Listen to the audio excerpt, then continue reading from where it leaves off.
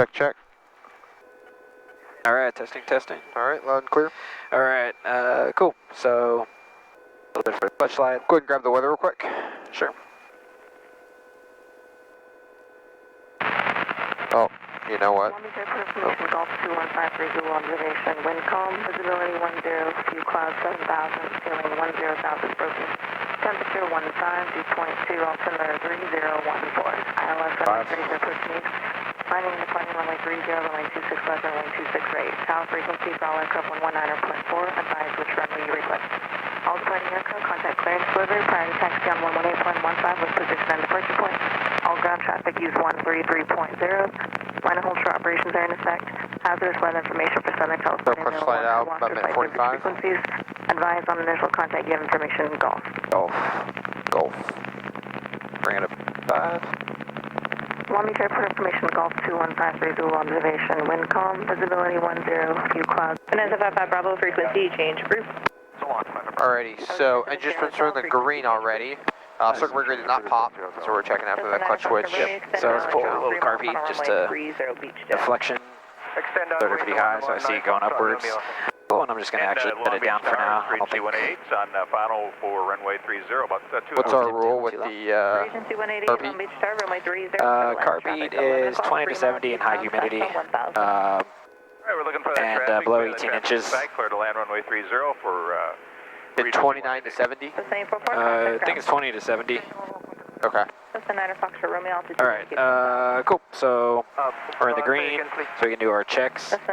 Alright, so check magnetos. No more than 7% in 2 seconds. Wish I had just put numbers instead of percent. Alright. Hold up here, 75. Alright. That clutch slide to pop back out. There we go. Line up and one. Line up and wait. 265. 1,000, 2, 1,000. Good. Alright, now check the right magneto. See ya, 840. Yeah. 1,000, 2, 1,000. Good. Alright, roll it back up and then split the needles. So I would wait, I would go, you'll kind of notice, I would go to 80 and then do it. Just because it makes it a little easier, and then always make sure you say fingernails up from your instructor. And you'll get a nice break. I'm going to show you right now. So say I've captured it. 070, I break. You can't see it. Yeah. There's almost no split. So that's why I always have it kind of coming up and then also split. Then I get a really noticeable crisp. Alright, there's no confusion, it's split. Yeah. We'll look at it later, but yeah, just make sure too, you're studying that POH. Also talks about 15-degree spread between the temperature and dew point. Yeah. So we have that. Cool. All right. 28 base 26 left, clear for options 11. Okay, cool. So now we checked our 5-minute, our max continuous is 225, our 5-minute power is 0.9 or plus, so 234. All right, so we'll take the frictions off, we'll roll it up, and then test the horn. And so before we do that, we'll go ahead and pause a second. So we're going to go ahead and get our setup on our navigation standpoint. Okay. So, cool, yeah, let's keep that right there. Oh, there's some foggles down here. That's what's going on. 188 exit kilo contact ground. Your foggles or no? They're foggles. I got mine down here. Oh, okay. Yeah. So we have the warning lights out. Turn coordinators level. Those are instrument checks. Turn coordinators level. Ball centered. That's important when we're on the ground. We're going to pull this again one more time. Attitude indicator is now erect and level. All right, so we look for that. Airspeed 0. Engine and RPM are married where they should be. Altimeter is within 75 feet of elevation. We're in between like 50 and 60, so that's within 75 feet. Right here, we want to set our nav up, so we see the SLI. And again, I'm coming to this right here. CO Beach is 115.7. So I'm going to put in 115.7 right here. 1,000 for now. Okay. I'm going to put that in the active, which is in the white. And the bottom is what we can change, so therefore would be good. And then we have this radio coming off is 120, which is what we want to intercept. So at which point then I'm going to come up here and I'm going to change this as the course. That's the heading bug. So I'm going to change this course to 120. Right there. Okay. All right. And the heading bug can be used if like ATC tells you, hey, turn left heading this. All right. Okay. Now, we have a nav flag. We're not picking up the frequency, which makes sense. We're on the ground. We have a lot in between us and the VOR at the ground. Yeah. So it's not somebody's going to come back to us up until then. Okay. So we have that. If I want to get ahead, I see that's our VOR. So what I want to get to the opposite VOR, which is Oceanside. And then from Oceanside, as you can see right here, way up here 115.3, so I'm going to put in 115.3 is the backup. So I'm getting ahead as much as I can on the ground before I pick up, and then everything else becomes much harder. Yeah. Vertical speed has a little bit higher than a normal, so this is set. Manifold pressure is operating correctly. We saw before we started it was up at like near 30, so we know it's operating when it's off. That's how we next check that gauge is okay. Just above 0 is going to be our R0 mark, so that one just indicates a little bit off. Car beat's good. Our amp is not discharging, which means the alternator's working. We also have an alt light that's extinguished. We have the fuel, which is plenty good, and instruments are on the green as long as good oil pressure. The GPS has been set up effectively for what we need it to, at least right now, and then we're squawking 1200 to make sure that, like, if I would have had a, like, 2304 from a previous thing, this one will tend to hold it, which I don't like. I like the ones in the aircraft that will reset every time to 1200, and you have to forcibly change that. Yeah, it's annoying. Yep. All right, questions? So I guess we're going to request fly following down to Carlsbad, or? Yeah, I'll help you out with that. We'll get it with the approach, but we're gonna go out on a south Downey arrival before we kind of get going. Okay. So yeah. Cool. And then I guess a couple things just to be clear. So you know, just positive exchange of controls. For sure, You three-way. got 'em, I got him. You got him. Yep. And then emergency earbird. Emergency what? Emergency earbird. Yeah. Any emergencies, I'll take over. Okay. Cool. And there will be a three-way positive exchange of controls. If it's something that's not there, I need to take the controls immediately, then also let you fly and figure out what I'm going to do before we immediately go into it. But I will always verbally tell you three-way change of controls. Cool. Sounds good. All right, so good to roll up, or? Yep. Friction's off. All right. I have to remind myself lift to the left. You're at or below 500 feet within a mile Friction and a off this half of guy. the field. Traffic's off your right and less than a half mile eastbound. All right, so let's roll up. Separation. At Below 500. Go up to 80, let the governor take over.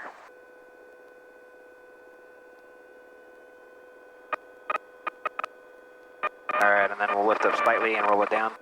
See the horn at hopefully 97. All right, so just a tad bit. So what we do is we roll down first. So go ahead, nice and smooth, start to twist down to the right until we get 97.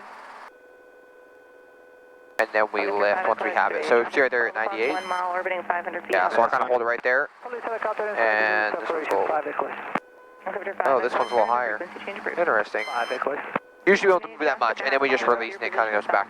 Yeah, it's funny, man. Every instructor's, well, I guess there's only two ways to go, but half tell me, oh yeah, lift up and then roll. The other half say roll and then lift. I probably should make a big deal out of it, but all right, let's just do a nice two-stage pickup. We're going to pick up and come straight ahead to this little hashed area, okay? Okay. Cool, so, bless you. Lights are out, gauges are green. Car beats about 20, so we're good. All right, so I'm going to do two-stage pickup, coming to about 17, the eyes outside, make small corrections, and then pick up to a hover. Awesome. Never in a rush. Long Beach Airport Information Hotel, Long Beach altimeter 3014. So let's go ahead and pause right here. Notice how much collective you pulled up and how much none left pedal you put in. Yeah. So that tells me your feet and your hand did not move together. Yeah. You should probably already have this much in there. Yeah. If we were on ice, we would already have been starting to spin. But because we're here on concrete, it's a friction thing. We don't have to worry about it. Just something to keep in mind. November 83, Foxtrot Delta, Long Beach Tower, enter left downwind runway 26, the left side in. All right, a little bit of left pedal there. Stop that. Bit of aft. Pick it up. Nice. Slow. Cool. So let's move it out.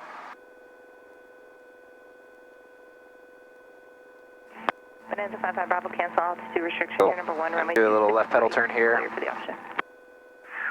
Clear, so we got this golf cart here. You're right. Yep.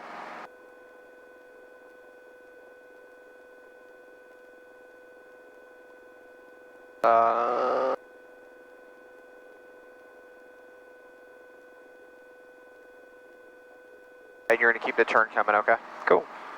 Right about here. Not leak anything? Nope. We're going to keep coming to the left, sorry. We're going to get South Downey departure, which is going to be out that way. Okay. So that's where we're going to point towards that area. Cool. Alrighty. Warning lights are out, RPMs are the green. Engine's on the green, tacks are married, RP down.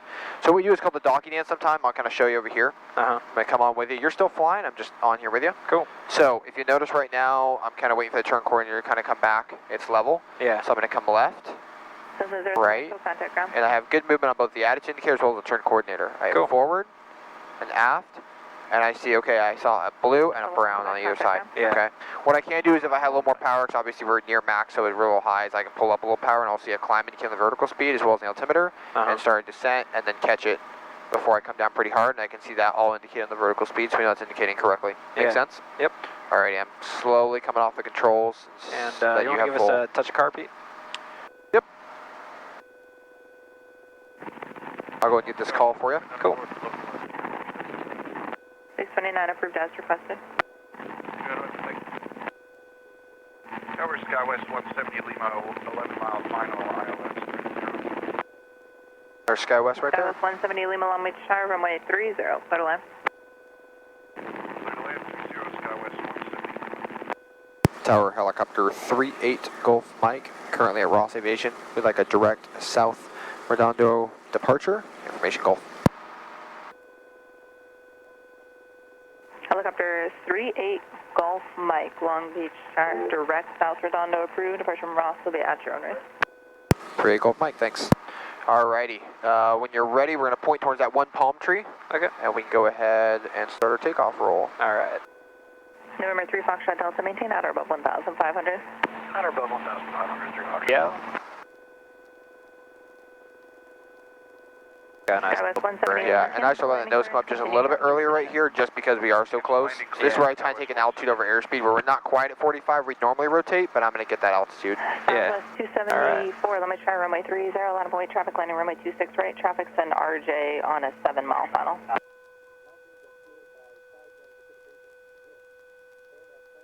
Yeah, this is one of those sketchier departures.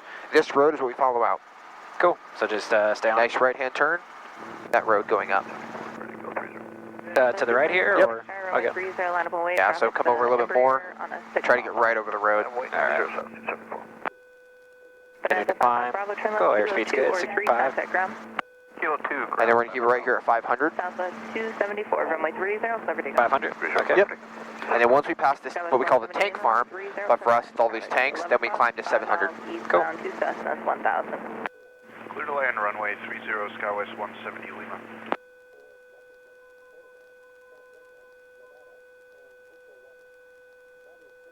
Cessna 9 Fox, room extend downwind. Try to, yeah, just next time, or just try to speed right over the road exactly. Gotcha. These are all noise band procedures.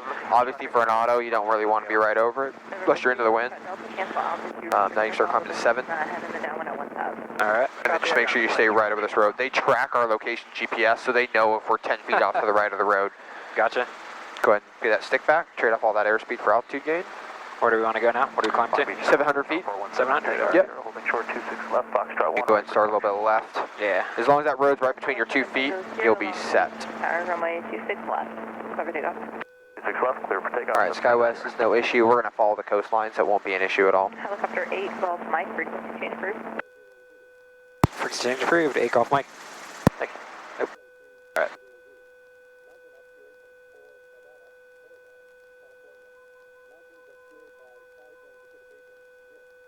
They got rid of us pretty quickly. What was that? They got rid of us pretty quickly. Yeah, they don't tend to care too much about helicopters, so. Southwest 274, contact SoCal departure, good day.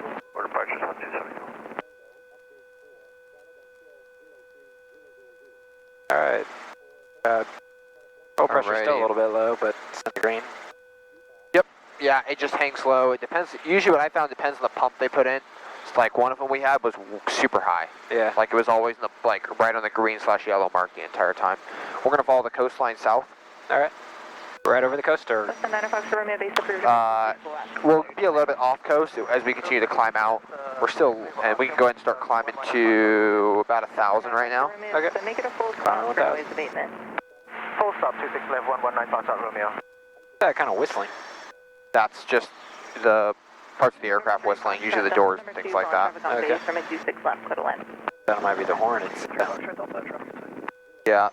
Is the vent Is open? that the first time you've heard that? Yeah. Really? Yeah. Oh. All the airplanes I've ever flown have always whistled on me. But you're probably more used to flying the 44. 17 goes to your The 44s don't whistle, is what I've noticed, so. Yeah, I've got 80-some hours in it. I've never heard him whistle. Well, you know, I gotta be honest, your R22s are probably nicer than the ones I've overflown, so at least I would expect these. I'm sure you're paying quite a bit more in San Fran, so. Yeah, see that climb coming?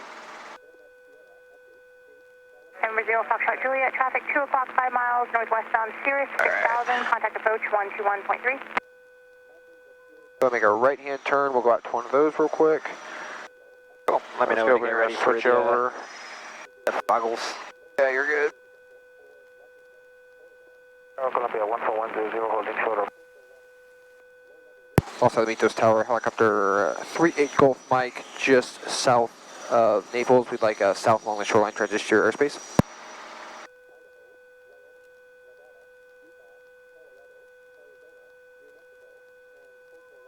Today's Sunday, isn't it? Tower's closed. Saturday. Saturday, tower's closed. They have a little part of airspace like right here. Uh-huh. And so I try to ask me permission, they cross it, we cross all the time we're on with approach. Uh-huh. So I try, but sometimes they don't necessarily care. 1,200. Because they're a military base, they're closed on Saturdays. Alright. November 484, when will you... Alright, I have flight controls. You have the controls? I have flight controls. You can go ahead and put on your goggles. Alright, party time. Departure, Cherokee 3826, priority good. Everybody on this frequency, change to my frequency 125.35, that's 2535. 2535? We're already on it. Okay. SoCal approach, helicopter 38 Golf Mike. We are currently 3 miles south of Los Alamitos Airfield with VFR request. November 38 Golf Mike, squawk 0234 and stand by with your request. 0234, 38 Golf Mike. November 7, Charlie. You have flight controls? Alright, I have the controls. You have flight controls. 15 degrees, that's 417 Charlie Bravo. Alright, we'll go ahead and fly heading 100. 100. Yep, and we'll climb maintain 1,500. 1,500. Do I have a compass down below? Oh, I do. Okay, good. Traffic 12 o'clock less than a mile northbound is a Cherokee 5,500. They have you in sight. Alright, so I'll climb a little bit with power. Columbia 514, Tango 4,500. Level, I'm waiting for Fullerton to remove aircraft off the runway. Number 514 Tango, so South Ocean, no problem. Fly present heading, and I'm just going to expect you over the water, or I'll just have you on nav over the water. Oh, nav over the water, sounds good. 416. November 7, Charlie Bravo, traffic 2 o'clock in a mile, southbound, A little bit more left. 3,000. Looking for traffic, 417 Charlie Bravo. November 40 Tango, turn right heading 310. Right, 310, 40 Tango. November 9 Golf Kilo, descend and maintain 4,000. 9 Golf Kilo down. Yeah, there's our heading. November 7, Charlie a lot Bravo, here. traffic, no factor, resume on navigation at Torrance. Like I'll drift a little to the right, so. 417 Charlie Bravo. Southbound 2930, contact approach 134.9er. Eli, are you recording the time? .com 2930, good day. For goggles? Yeah. Yep. Okay. Helicopter 38 Golf Mike, we'd like flight following to Carlsbad at 2,000, just southeast of Los Alamitos Airport right now. November 8 Golf Mike, Roger, stage type helicopter. R22 slant Golf. JetBlue 1179, 4,000. JetBlue 1179, SoCal approach, Roger, descend and maintain 3,000. 3,000, JetBlue 1179. What is the slant November golf? 8 Golf Mike, radar contact 5 miles south of Los Alamitos. Remain along the shoreline for traffic, and for now just stay at 1,500 for the downwind departure corridor. 1,500 along the shoreline, 8 Golf Mike, thanks. Alright, turn right, heading 120. 120, right heading. I always set the heading bug just to kind of help you out. You'll notice how people kind of go in and out of their seat, and I can really affect the CG in an R22. Yeah. You'll notice that. Cool. Yeah, thank you. What does slant golf give us with respect to slant uniform? I'm going to go one. November 40 Tango. Slant Golf is just for GPS. I believe it's GNSS. Runway 24 and... Which I'm trying to remember what the full definition of it was, and it's not coming to mind right now. I usually just do slant golf just because I just tell them we're GPS. It doesn't necessarily matter because we're not IFR certified. So they can't give us certain things basically with it. But I really know, hey, we have GPS. So if you want us to go to a GPS fix, we'll go to a GPS fix. Yeah. Because slant uniform is I think only VOR and ILS, right? I think so. November 48 Echo, on your heading you're entering an area of about 6 more VFRs at your altitude. If you want to reverse course, it'd be a little bit safer. Cool. So this all counts because she's telling us to fly along the shoreline, which is their 4 headings, and then 1,500 because it says 100 nautical mile or as directed by ATC. Yeah. Or sorry, along airways or as directed by ATC, Yeah. which this would be directed. So what we'll do is we'll keep flying this heading down the shoreline. Once we get past John Wayne, then we'll be able to intercept that VOR. Yeah. And this thing's actually easier to fly under the foggles than the Cabri. I'm not surprised. Yeah, Cabri has the trim, which, you know, you're constantly trying to figure out where it's, you know, where you have it set. And don't forget, you have the trim here, so Yeah. that might help relieve you. Might be worth the pull. Yeah. Go around here. There we go. Yeah, a lot nicer. I love the trim. Yeah. I'm pretty bad because I like it so much I'll just forget about it. So I'll come into land and I have it on. I'm like, oh well. They say you got to take it off, but it's not a hazard if you have it on. Yeah. Indicated traffic 11 o'clock, 1 mile, maneuvering 3,600 indicated. Okay, which one? 304 Echo. November 9 Golf Kilo, contact approach 134.9er. Yeah, I haven't flown the Cabri, so I don't know the differences between it, but I don't know if you like it, the 2 flights you've had. Yeah, I mean, I think, November 8 Golf Mike, contact approach. you know, cyclic is Hold really... Was that 127.1 for 8 Golf Mike? Negative 128.1 for 8 Golf Mike. 28.1, 8 Golf Mike, thanks. November 48 Echo, traffic alert. They're sneaky. Right when you go to talk, they come right across. Yeah. 2,500 if you don't have traffic.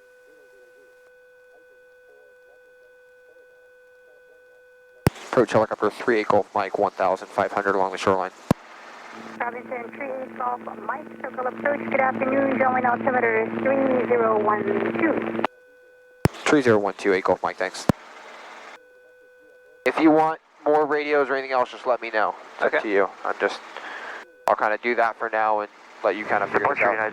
Yeah, checking in with you on the stave 3. Kind of nice to split, so I can focus on the instruments. I mean, I know, you know, in theory, it's good to do everything, but in terms of Okay, climb via resource management, helps Yeah. out. 1-3, that's 13.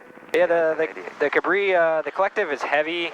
We'll turn left to a heading of 115, okay? 115. I don't like the friction. It's like you really have to twist the hell out of it. Climb back a little bit more. What else? The throttle is kind of the same. You really have to twist it to get it to where you want. Cyclic is really stiff. The pedals, you know, are actually really soft. You got to put a hell of a lot of pedal in. But once you're in the air and you got it trimmed out, it's a real pleasant flight. Visibility is really nice.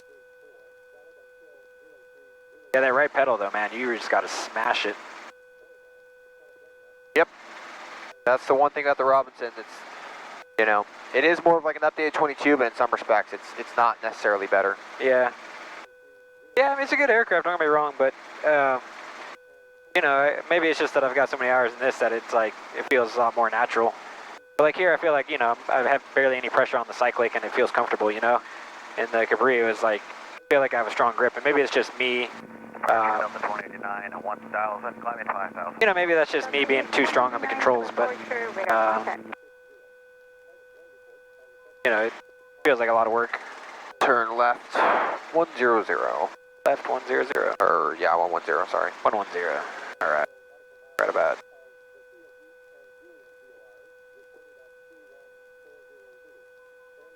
Car beats at 10. Good.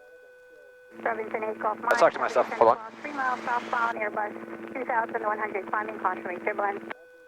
We have that traffic in sight, 8 Golf Mike. United 780. I was just going to say I talk to myself a lot, so. No, it's fine, yeah. Thank you, ma'am. It's tough, like, that's the biggest, at least you have Bose.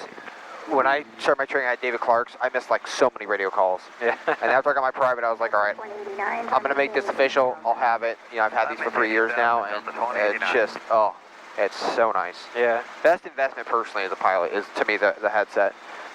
My fatigue is so much lower because it's not as loud. You know, there's a lot. There's going to be no issue of wake turbulence. There's at least 1,000 foot separation. Yeah. So, when is wake turbulence the worst? When you're below an aircraft, a big aircraft. Heavy, clean, slow. Heavy, clean, slow. Awesome. Unless you're behind the 757, then it's always bad. I just took my commercial test on Tuesday, so I'm I'm abreast right now. Yeah. I just started jumping around. Turn left heading 100. Left heading 00. Yeah, I started just right away on the flight instructor written. Just a lot of the questions are the same, so it's like might as well. Yeah. Well, I mean, it's important, you know, the sooner you get that, the faster you'll be there to start your own helicopter business. Approach retake 72, 7000, common via. The one thing I've noticed is you've kind of done a lot of big movements, so definitely try to reduce those as much as you can. Do you know what a time turn is? Yeah. Okay. So we're going to look at our turn coordinator, we're going to go to a standard rate turn, and then we're going to count. So 1 Mississippi, 2 Mississippi, 3 Mississippi. Yeah. If I count 3 Mississippi, that means I get... Additional traffic at 9 o'clock, 2 miles southbound, due shed 1,200, climbing at 13,000. Yeah, looking for traffic, 3 Gulf Mike. Region C72 traffic, 12 o'clock over the shoreline, Robinson helicopter 1,500. We're looking at retake 72. Delta 2089, turn right, heading 280, that would be 9 degrees, right? Because it'd be 3 degrees per second. 34, That might help you kind of with those smaller ones. I find that if you follow the turn coordinator, it will lead you awry. Because as you roll in, you're like, oh, okay, great, and you start rolling out, and then you're already off your heading. Yeah. It's not as bad in the glass system, which is why I prefer it, but... SoCal, Foothills 125, 13,000 in the turn 130. Foothills 125, circle approach, proceed direct Hardy, resume on navigation, John altimeter 3012. Direct Hardy, 12, Foothills 125.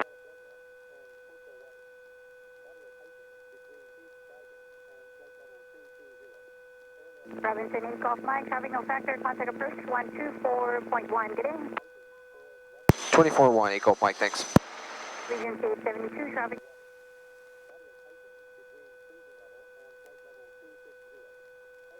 Approach helicopter 3-8 Gulf Mike, 1,500 along the shoreline. Helicopter 3 Gulf Mike, SoCal approach. Good afternoon, John altimeter 3013. 3013, 8 Gulf Mike. How many hours between, have each in fixed wing and helicopter? Oh, the difference between them? No, how many, how many do you have in each? You're mostly fixed wing guy, right? Per se. I'll tell you right now.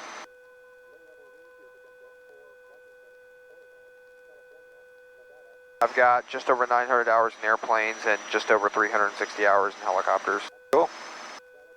So what made you do the split? Did you, were you just interested in both, or? They paid, the military paid for it.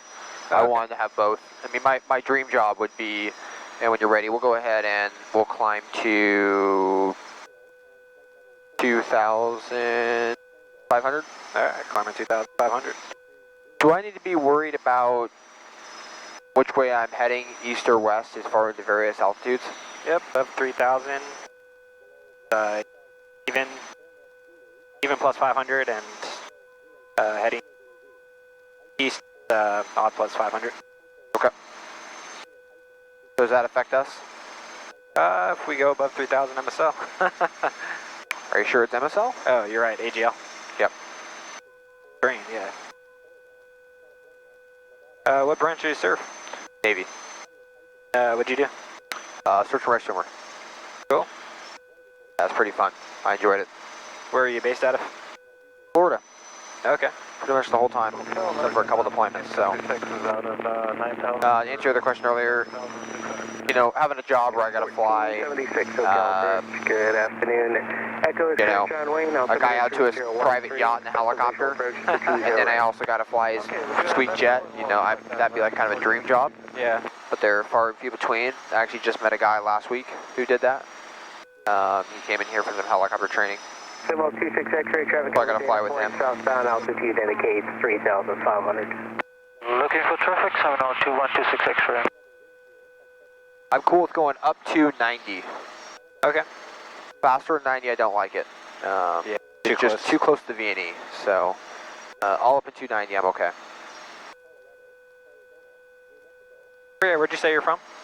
Seattle. Okay. Yep, good old tech capital. Ish. Well, one of the two. One of the. That and Palo Alto.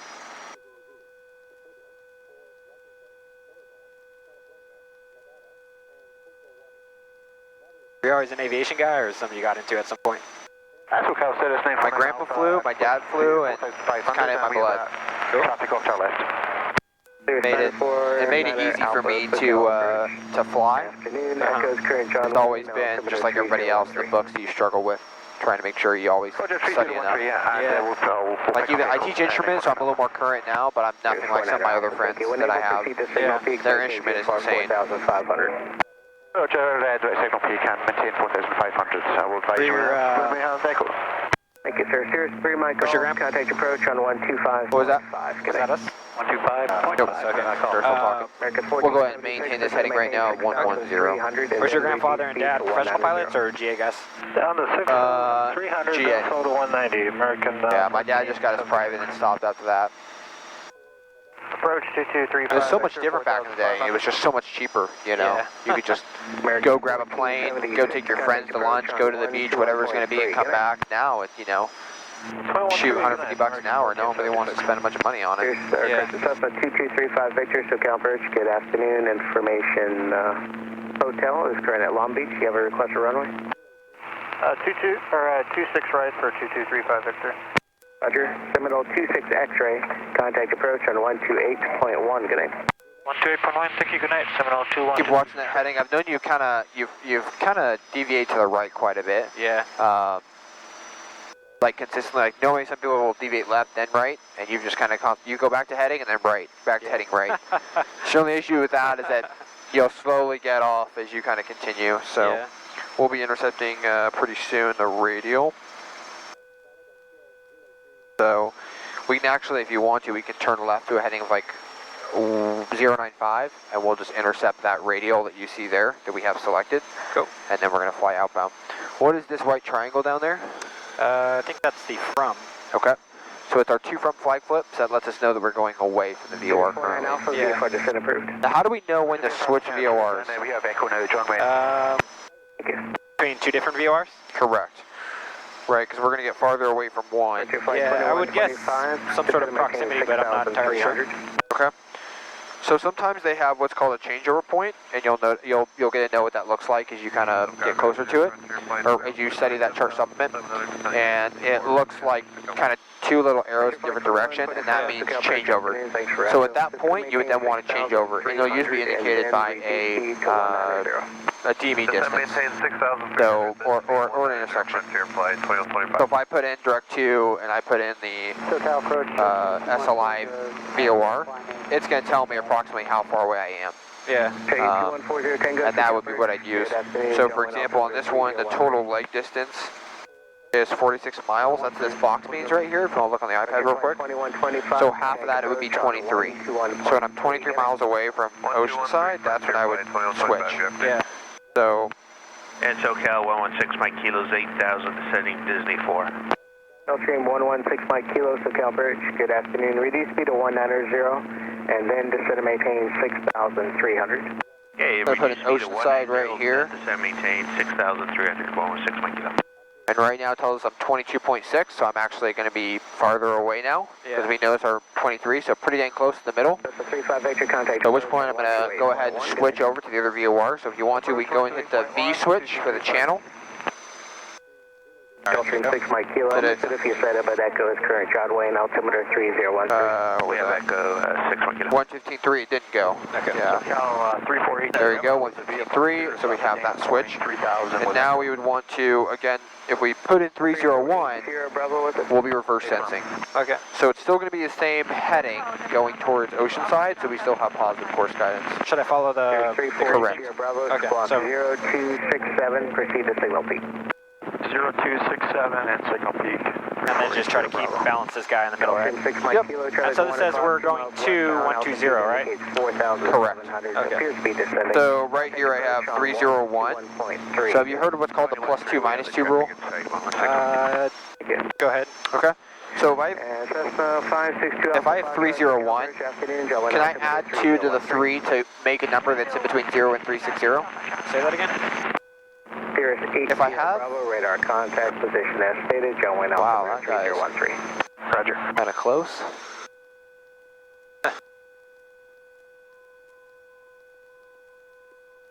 Wow, not even a call for us. Interesting.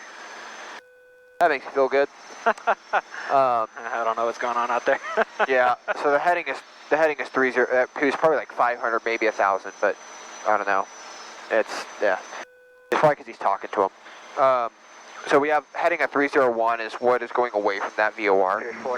So what we use is called the +2 -2 rule. So the first number is 301 is 3. If I add 2, that makes it 501. So that's not in between 0 and 360, that doesn't work. So I'm going to have to -1. So 3 minus 2 is 1. Okay? Now it's called the +2 -2 because whatever you do to the first one has to be the opposite to the second one. So if I -2 to the second one, or to the first one, I've got to add 2 to the next one. Okay. So with that point, 0 plus 2 is 2. So that I know the reciprocal of this is going to be 1, 2, 1. So it's all about just finding the reciprocal. Oh, I see. Yeah. 36080 Bravo. And that'll make sense to you if you kind of look it up on your video later when you want to. So we call that the +2 -2 rule. Traffic 2 o'clock, 1 mile northwest. This is where the video is going to help. I have to rewatch it to run through what you just said. Yep. Yeah, you'll probably have to run through it. Here's 49 Alpha, traffic 10 o'clock, at a mile, turning northbound, 3000 VFR Cirrus, expect lower past that traffic. Roger, traffic is say expect lower after that traffic, 949 Alpha.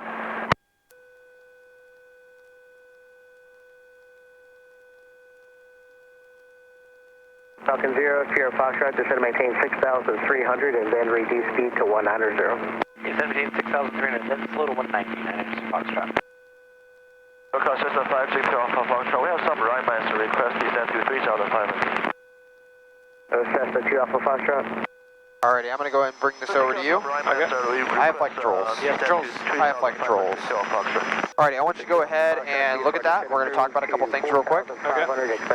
So you'll notice right here, this is the VOR Alpha, and this is coming off, this is going to CRQ. And you notice that's on the Oceanside VOR. Okay. I know that Oceanside is the initial approach fix because it says IAF right next to it. Okay.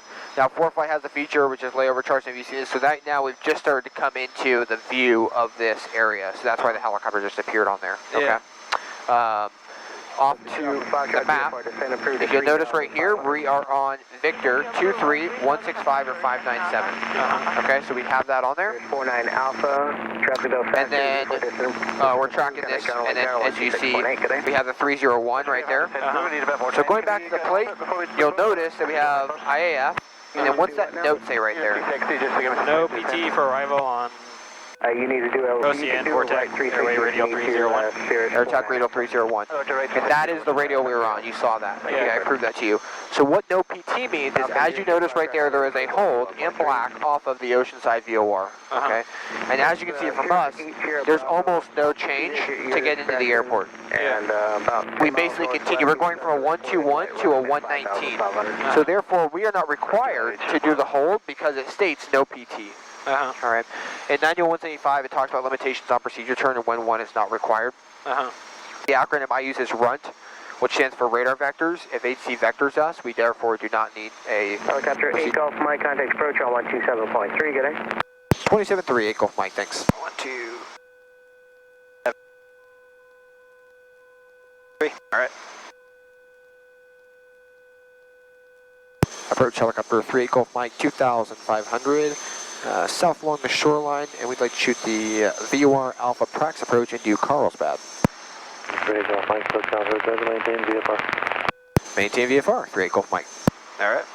So I just kind of let him know, expecting that. Something you wouldn't really do in the instrument world, but for the VFR, we are letting him know. Cool. So we do not have to do that whole new procedure turn. Sorry, the acronym is RUNT. So R is for radar vectors. U is for unless told so by ATC.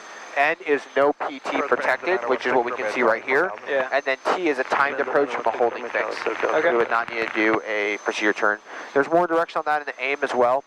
Usually procedure turn is usually a barbed wire, or sorry, a barbed arrow halfway. But this one is holding a procedure turn. Okay. So look at it from the left, we have the VOR. You see 115.3 in there. We are tracking on 115.3 right now. We have the approach course of 119. So once we cross the VOR, we do what I call the 6 T's. And the 6 T's are turn, time, twist, throttle, talk, and toggle. Tango 5,500. Okay. So turn. I'm going to turn from a heading of 121 to 119 when I cross the VOR. All right, that's the turn part. Time. Is there anything in time? Well, as you see right here, I have a timing, final approach to missed approach point. It gives me a distance DME as well as time. So that's been I'd start my timer. Yeah. Okay. Now I have that timer going right there on the chronometer, but I can hit the function button right here, and as you see, I have an up counter. So I can hit the enter button, and I can start a secondary timer right there. Cool. Alrighty. So that would be time. Twist would be twist in the new course for, or a heading bug, depending on what it's going to be for that. So for us, we're going to twist from 120 or 121 that we're on to 119. Extremely, extremely small. You barely have to touch it. This is another area where glass is much better because you can actually tune in specifically 119 versus here on a traditional directional gyro, it's very difficult to see that. Yeah. So that'd be the twist, turn time, twist, throttle. Throttle, do we make a change? Do we need to start descending? Do I need to make a speed change, whatever it's going to be? Right now, we're doing almost 90 knots. Yeah. I would personally not do an approach at 90 knots in a helicopter. I would do it much slower than that, like 70 knots. And you'll learn about that in AIM Chapter 9. There are different conditions of where on a copter procedure we have to do it 70 knots. So I like to train how I may have to do a copter approach one day. So that's going to be at 70 knots. So I would slow to 70. Throttle also means descend. So as you can see, this approach starts at 3,000. We're going to be at 2,500, so pretty close to it. And again, we're not an actual IFR, so it's okay to be at this altitude for these practice ones. Yeah. We've been sitting down to 1,300 once we cross the VOR. Okay. And that would be descent to 1,300. So the throttle will indicate, hey, I want to slow to 70, and I also want to start descending down to 1,300 feet. Okay? Okay. This is only circling. Golf Mike, climb maintain 3,000. Okay, climb maintain 3,000, 3 Golf Mike. Well, there went that. So now we're going to start climbing up, so we'll trade off some of this airspeed that we have at 90. I'll start slowing down, getting to 3,000, we'll speed back up.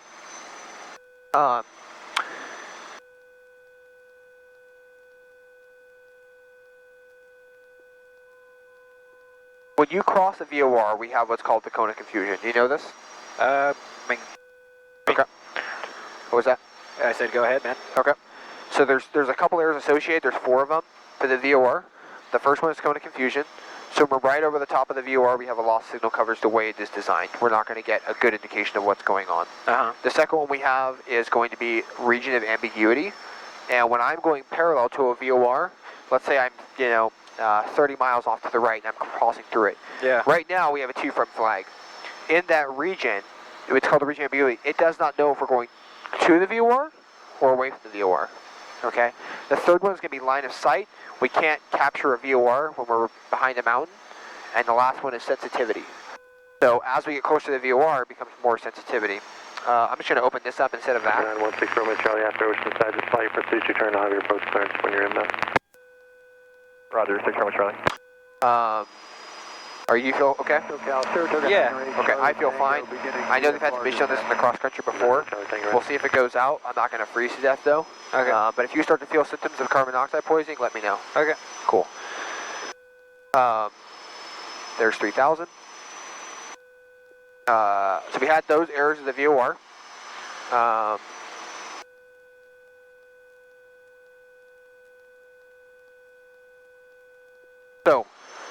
And I talked about those just for a second. When we cross the VOR, we cannot, the most important thing I want you to, listen back to this as well, you cannot descend without course guidance. All right, so what does that mean? It means that when we're over the cone of confusion, I do not technically have course guidance. We see the CI go left, right. Have you been over one before? Have you seen it happen? No. Okay, well then you'll see it for the first time here. All right. When we cross right over the VOR, it's going to go left, it's going to go right, and it's going to shift. Okay? Okay. If that happens, we do not have course guidance. Right now, we have course guidance. We're tracking a VOR inbound. I have the CDI centered. Yeah. Even if the CDI is half-scale deflection, I still have course guidance. Yeah. Okay? So we cannot descend. So I actually have to hold 3,000 feet until that CDI comes back in. And as we go farther away from the VOR, we'll intercept the radial, and it will come back in, and we will then have course guidance. Yeah. At which point, I can then start a descent down to 1,300. Questions on that? I mean, we're just going to go through it, man. There's a lot, so. I know. Well, you know, just as we go through it, just point it out. Full turn in the hold before. Okay. And I'll keep pointing this out, but if you have any other questions, just let me know if something comes up. But that should be kind of what we're looking for. Okay. Cool. Should I keep this, or how do you want to play this? We're still going through it. Okay. So we have our frequencies right there. We have our ATIS of 120.15.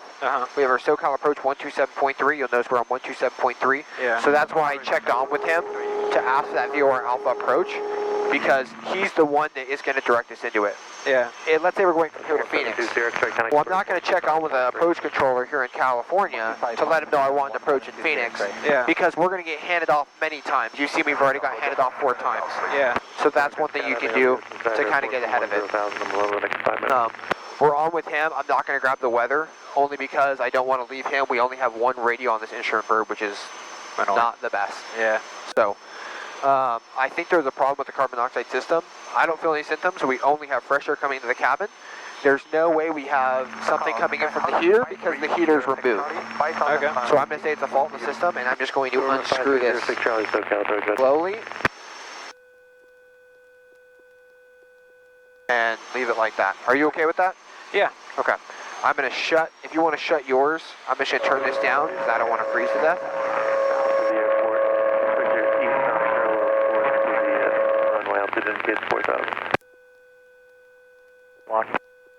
Go to 1 traffic half mile south of the airport. East parallel to the runway altitude indicates 40. We have all our frequencies up here. So tower for Carlsbad is 118.6. We have the, Charlie Tango, kind of car. like the sound, I come back up here a little bit. And then looking down, because a couple things on the approach. See right here where it says channel 100? Yeah. So that is DME. So that is an indication of DME. Maintain VFR, approach approved. Maintain VFR, approx approach approved. 8 Golf Mike, thanks. And right now we are, and we have a DME distance from Oceanside, that's the 7. So that tells us, hey, at 7, that's when this last approach is.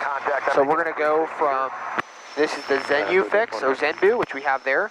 So we're going to go from 1300, passing 7 DME, down to 920.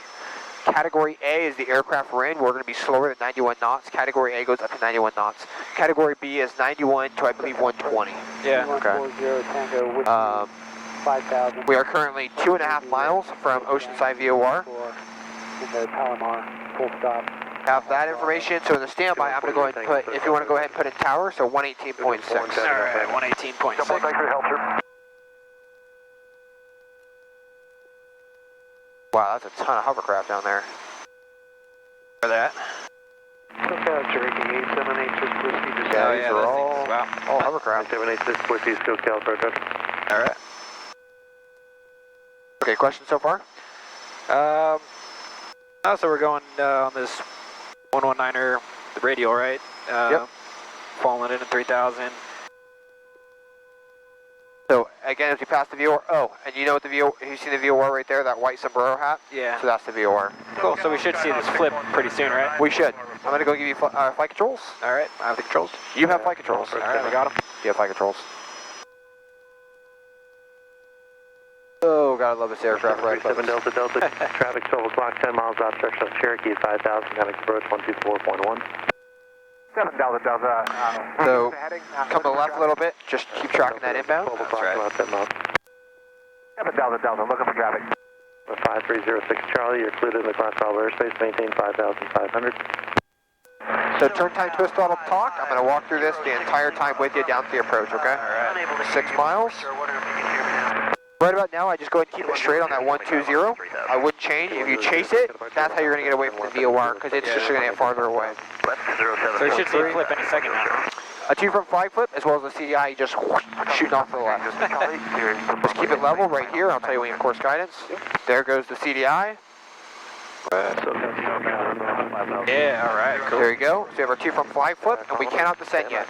We do not have course guidance. 38 Golf Mike, just remain west of the Oceanside Airport, please, for skydiving activity. Remain west of Oceanside VOR for skydiving. 38 Golf Mike. All right, now we have 38 Golf Mike.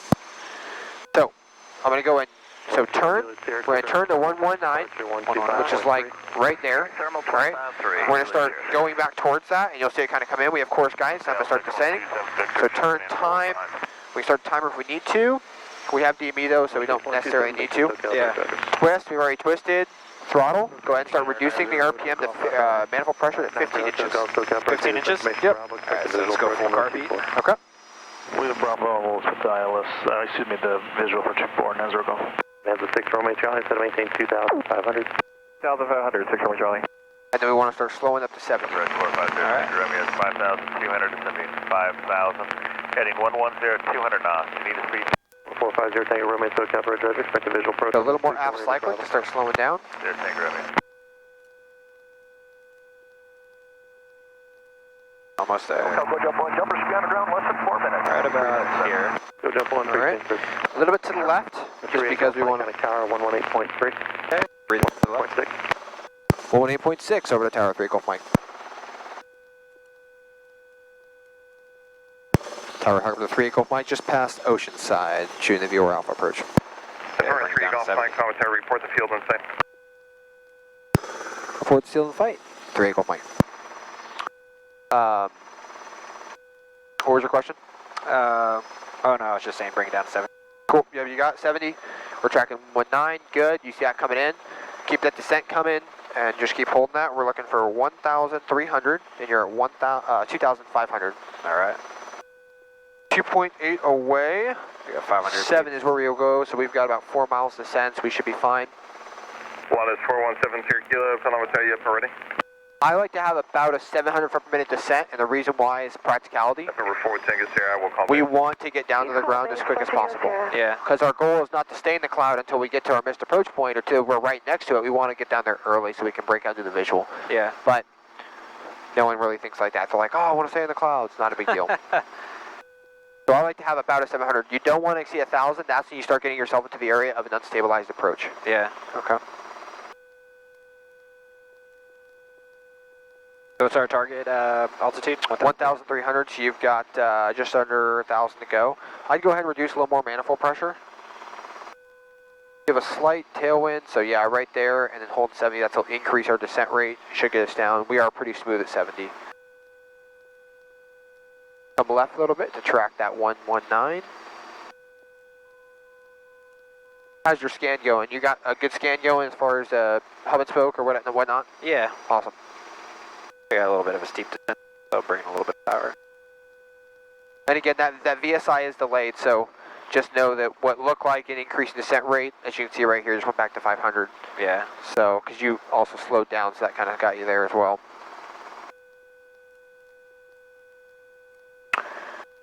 Alrighty, 300 feet. I like to use the word approaching when we're coming in. Approaching as we kind of come into the airport environment, approaching when we're about 100 feet difference. So at 400, I say approaching to give it one last thing of, hey, when I'm doing my scan, I need to know I got to level off at 13. Yeah. All right. So it's 700, right? It's about 70 feet difference. I want to. So right about. Yep. Yeah, nice and smooth. Bring it in. Keeping the 70. You know, is the tendency to bring that nose up as you add power. So usually people will slow down. So that's the one thing we're looking for. Yeah. Forward a little bit. Still descending slightly. Number 4, Tango Sierra, turn base, runway 24. Good, but you never bust it, right? It's an MDA, minimum descent altitude. Yeah. So, you know, as long as you don't bust 1,300, you're good to go. So that's where starting to descend off, or starting that level off early helps you out. Yeah. Don't want to climb. Tower 3 Golf Mike has the airport in sight. Tower 3 Golf Mike, roger. It's going to be a full stop. Affirmative 3 Golf Mike. And where do you land? Western 3 Golf Mike. Tower 3 Golf Mike, roger. Circle north, runway 24, clear to land, and you can find a sidestep altitude. Circle north with a sidestep on the horizon 3 Golf Mike.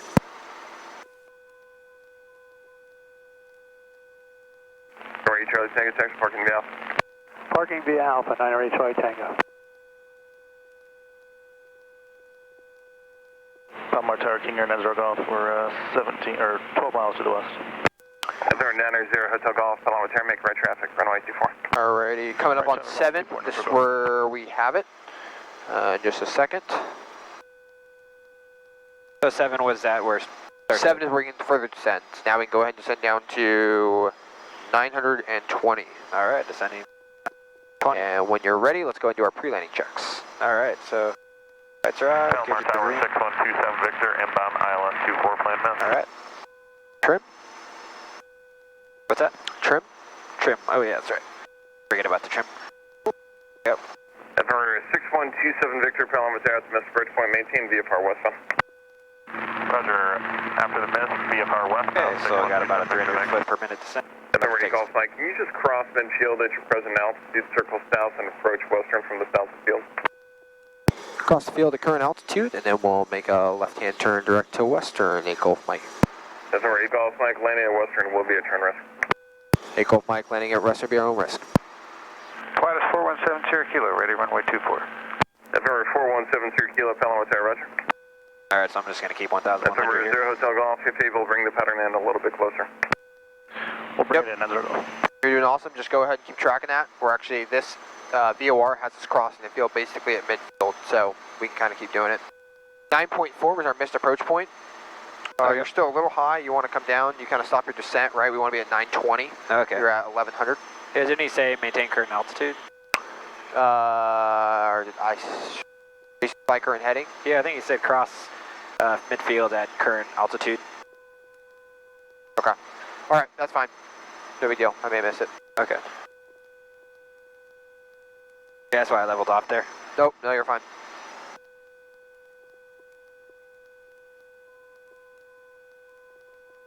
What's the field elevation? All right, IFI controls. Yeah, controls. IFI controls. Go ahead and take your foggles off. All right, we teleported. Yep. November 4 Tango Sierra, runway 24 taxi IFI controls. I got him. You have flight controls.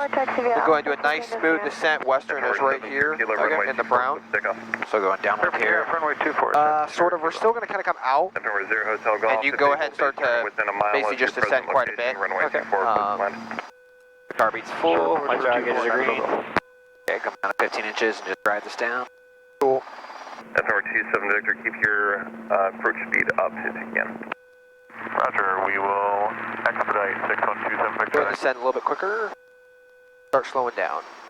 Going real fast. I do about 50 right now.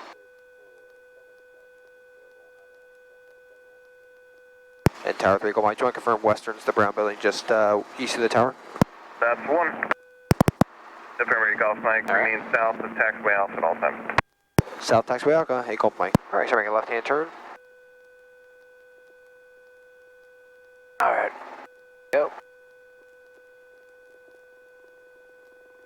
November 0 Hotel Golf, just a heads up, traffic landing south of Alpha helicopter.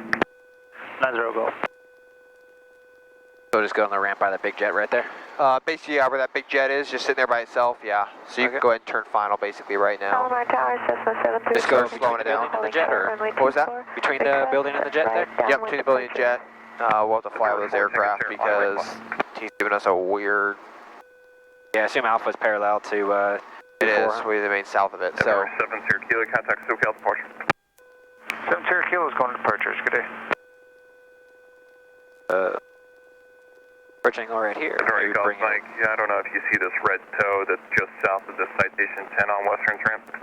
That's where we're going, 8 Golf Mike. Roger. Alright, so... Slowing us down here real fast. Gonna maintain out here. Do what? Just want to maintain ETL, just make sure we don't get ourselves in a tricky situation. Alright, so start smoothly bringing in the power as we're going over the planes. Pay left pedal.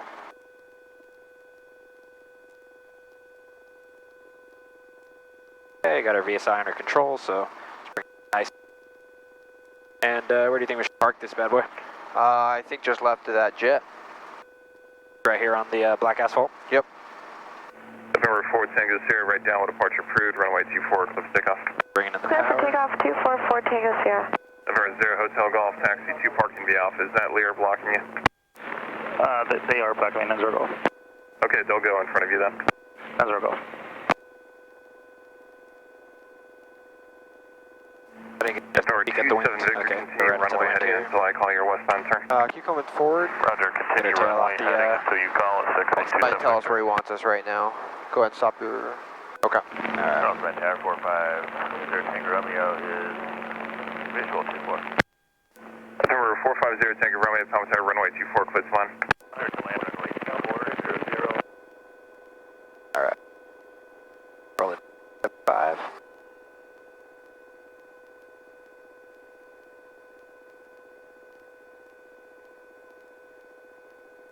My tower, 734 Tango, Echo 3000, off of Lake Hodges, Friction. 24 with Charlie.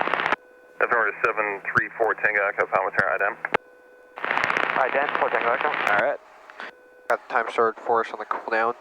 A little abrupt.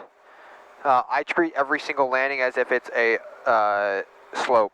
So you touch down, hit, and then you just collect your way down. If you're on a slope, we would have slid right off because the aircraft's still supporting some of the weight, and then when you take all that away, that's how you can slide if you're not stable. You also got a little more abrupt as we got closer, so just really focus on having that cyclic right here on top of your, I'm going to take flight controls here, you got it, right here, and then just making it nice and small, so just keep working on it. Do you flight controls? Left turn, we have that traffic in sight, 27 Do you flight controls? Number 27 Victor, as soon as you're past them, they're right down with departure. Oh. That makes sense? Yeah. Cool. That looks like we're a little bit on a slope back. Maybe going up this way a little. Yeah, slight up.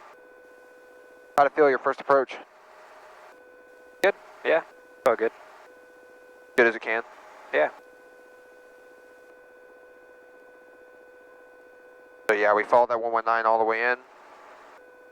Pretty simple. Dang, went away. And then the reason why this is called a VOR Alpha is because of the angle that's coming in the airport. It's a circling only approach. Yeah. So if you see VOR in just an Alpha or Bravo or Charlie, it means circling only, and so we have the at which it's coming in. And then we have our two fixes based on if we can identify ZBU, and that's only being able to get identified by DME. So you can't do it by cross radial. Yeah. All right, pretty good. Go ahead and probably roll off. Alright, so roll click. I like that, roll click. 30 second. Got the timer for the... Yep. I'll do it right at 3. So. Yeah, I'm not in love with the fact we screwed the carbon monoxide, so I guess we can screw back in and see how it behaves. Hopefully it stays off, but yeah. Especially, you know, flying under the foggles, already a little disorienting, so thinking, okay, well, I love the fact that I can't tell what's disorienting me. Oh, it's off. I wonder when it went off. Keep an eye on it. Alright, is that 30 seconds? Yep. Alright, so pull, make sure, 30 seconds, fly break.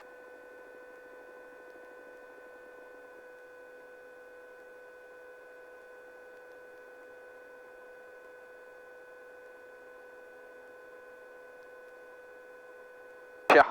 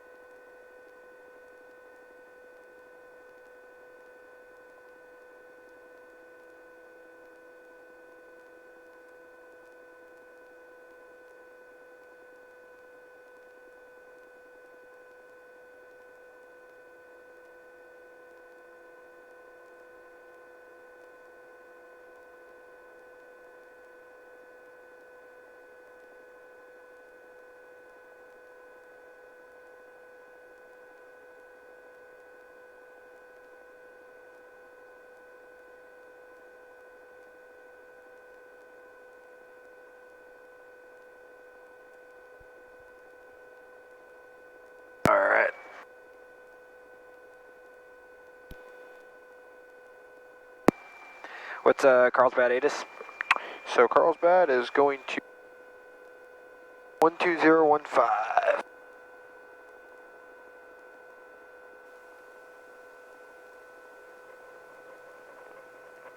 Elmer Airport information, Charlie 2347 Zulu. Charlie. 270 at 4, visibility 10, sky clear below 12,000, temperature 15, dew point 6, altimeter 3011. ILS from which 24 approaching you, advise on initial contact, you have Charlie. Alright, so 270 at 4, so it's coming right from the west.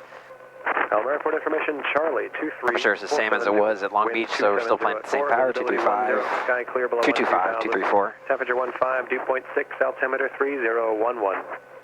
ILS from which 24 approaching you, advise on initial contact, you have Charlie. Alright. Charlie. Cool, so clutch lights out, so let's roll it up to 75. Then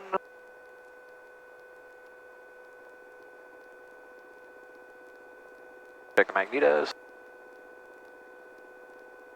1000, 1000. Good. Check the right magneto. 1000, 1000. Good. Okay, bring it up towards 80 and then we can split them.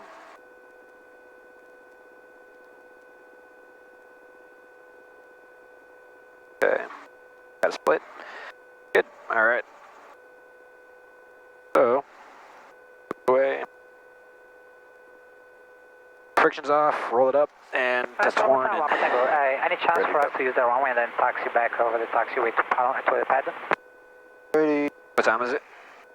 Helicopter 114, you want to land and exit Alpha 1 because there are a couple aircraft in the run-up area right now. Alrighty, turn our No worries, we're going to sidestep to Civic 1 Tango. I'm gonna turn our landing light on since we're, I think, 30 minutes out from sunset.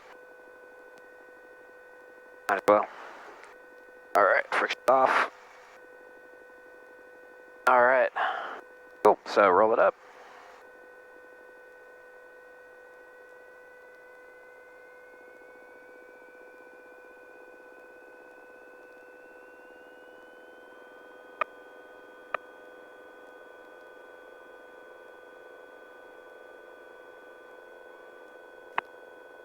Alright, so roll it down for you, then pull up. Right about here. Friction's still on. Stop. Oh, okay. Alright.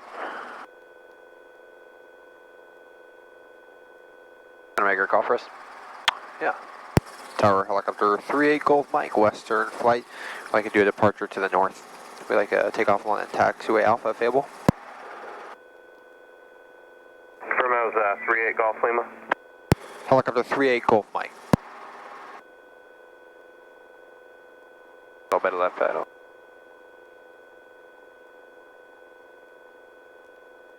Helicopter 38 Golf Mike, taxiway Alpha cleared for takeoff and departure to the north is approved.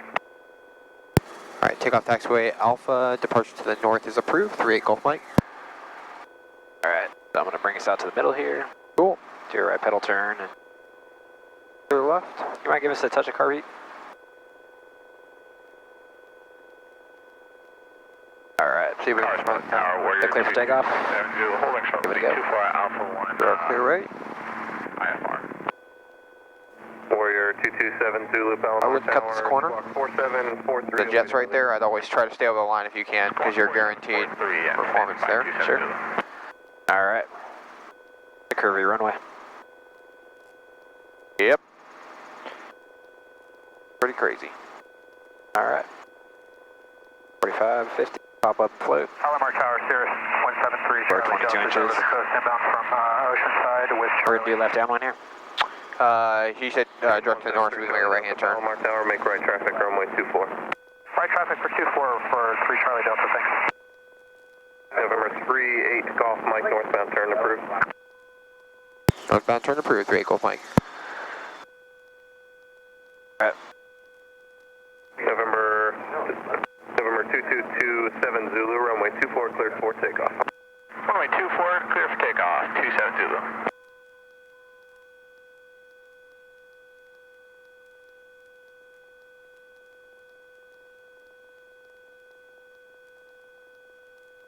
We'll go ahead and fly this heading of 350. 350. Go ahead and put that heading bug on there for you. Thank you. Rob. November 38 Golf, Mike, maintain VFR at or below 1,000. At or below 1,000, 38 Golf Mike. Tier 3 Charlie Delta, maintain VFR at or below 1,500, traffic 2 o'clock, 2 miles northbound helicopter at or below 1,000. Roger, we'll get down to 1,500. Might be that guy over there. Yep. He said at or below 1,500 made no sense to me. You would think it'd be at or above 1,500, you know? Yeah. But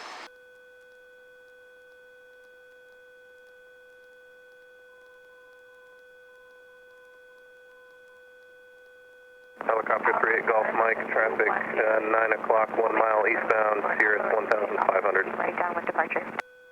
traffic in sight, 8 Golf Mike. Aircraft ready for departure, say again. Palomar Tower, Cessna 2108 Zulu, holding short of runway 24 at Alpha, requesting right downwind departure. Cessna 2108 Zulu, right downwind departure, approved, runway 24 cleared for takeoff. Runway 24 cleared for takeoff, 2108 Zulu. November 27 Zulu, contact SoCal departure. Over to SoCal 27 Zulu, good night.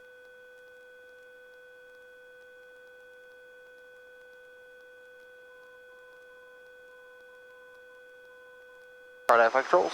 Everything controls. IFR controls. Go ahead, put on your Helicopter 8 Golf Mike, traffic no factor, altitude restriction deleted, frequency change approved. freak change approved, 8 Golf Mike, thanks. Tier 3 Charlie Delta, altitude restriction deleted, runway 24 cleared to land. Alright.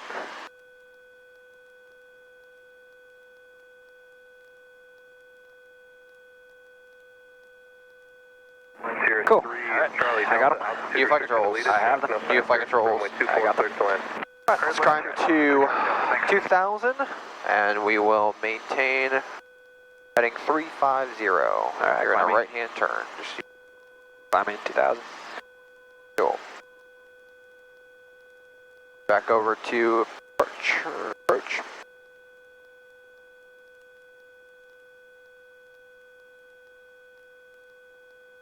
SoCal approach, helicopter 38 Golf Mike, currently 4 miles northeast of Palomar Airport with VFR request. Helicopter 3 Mike, SoCal approach, or 3 Golf Mike, SoCal approach, the Palomar altimeter 3011, sir, request. 3011, we'd like flight following to San Bernardino Airport.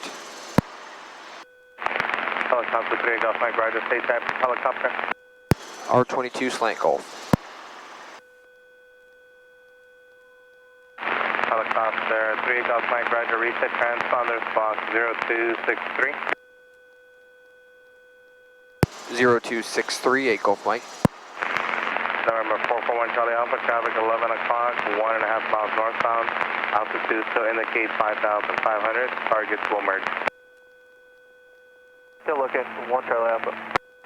Helicopter 8 Golf Mike, radar contact, and stay altitude.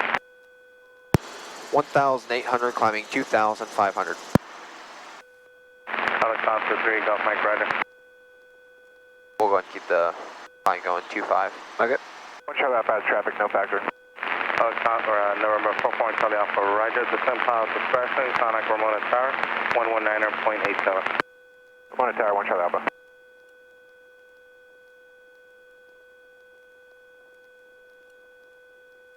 Left pedal. There you go. Unit 113.4. Warrior. Which VOR is this? This is going to be the Homeland VOR, which we're going to track to. Cool. So it should come in as we get a little bit higher. I would anticipate around a 356 heading, or 356 radial, so I'm going to go ahead and tune this in to 356, somewhere around there. Alright. Warrior 27 Zulu traffic, 10 o'clock, 4 miles northeast. What was that? Altitude No, I said I felt myself come aft a little bit. And they do appear to be descending, so turn 20 degrees right, climb and maintain 6,000. Alright, look for the traffic, turning 20 degrees right, and That starts to level off here. maintain 6,000, 27 Zulu.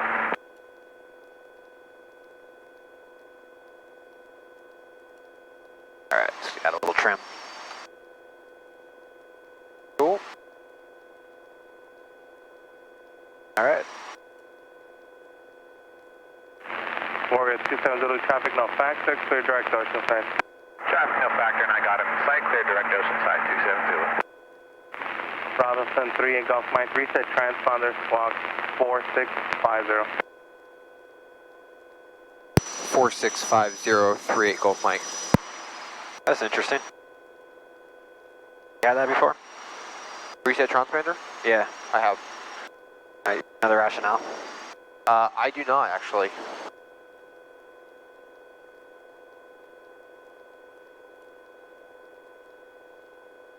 Approach Cherokee 38291, 3500. Cherokee 38291, SoCal approach, clear through Bravo airspace via Mount Fullerton, maintain 3500. Clear through the Bravo via Mount Soledad, will maintain 3500, 291.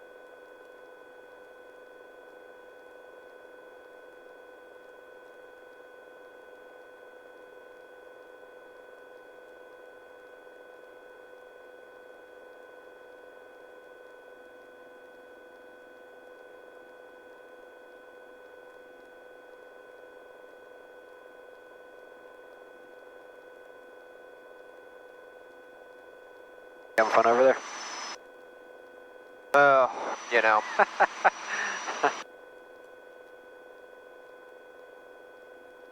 I just get lost in thought sometimes, just thinking about the places that remake these helicopters, and I'm just like, you know, there's just certain things that shouldn't happen. You know, like our tail rotor's leaking and we know about it. Yeah. We have to keep filling it up with fluid. And this helicopter has 40 or 50 hours on it. Yeah. Like, you know, I don't get it. I just don't.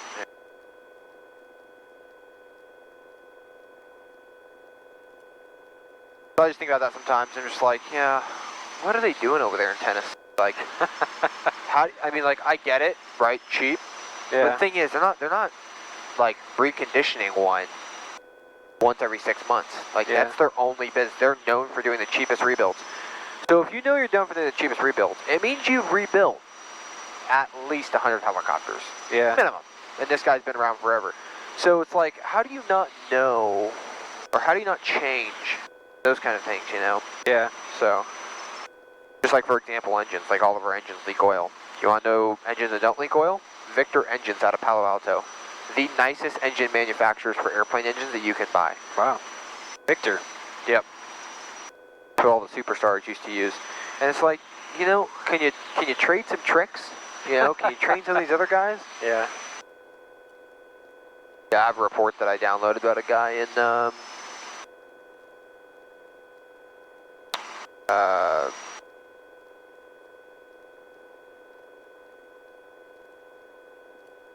he replaced the R44 engine for a company in Japan. They talked about how all of a sudden they can go so much higher than they normally could and all this other stuff because they have this engine. I'm like, well, yeah. Like, even from Robinson Safety Factory, even a brand new overhauled engine from Lycoming isn't even as good as these because Lycoming only has a certain amount of things they have to balance. Yeah. Victor balances everything. So it's kind of a cool, I don't know if you want to use trade-off or whatever you want to use, but it's just, you know, when you see that, you're like, man, like, the people that take pride in their work, the fact there's only one of you and there's not more of you is scary. Yeah.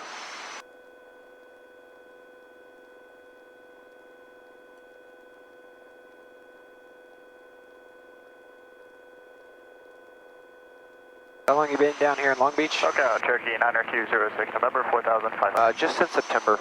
Okay. How do you like it? Robinson 3 Golf Mike, traffic 2 to 3 o'clock, 4 miles northwest. They might be inbound of Fallbrook, altitude indicates 2,300. All right, looking for traffic. Looks like I got somebody at my 11 o'clock or 12 o'clock right now for 3 Golf Mike. 3 Golf Mike affirmative. Traffic 11 o'clock, 9 miles opposite direction. Altitude indicates 3,500. All right, we'll be looking for other traffic at 2 o'clock, 3 Golf Mike, thanks. November 9206, November, SoCal approach, clear through Bravo airspace. Clear to the Bravo airspace, 9RQ06, November. Robinson 3 Golf Mike, 2 o'clock, traffic no factor. 3 Golf Mike. Warrior 27 Zulu, Conic approach, 124.1. Over to 24-127. Have you liked Long Beach? California's not really my thing.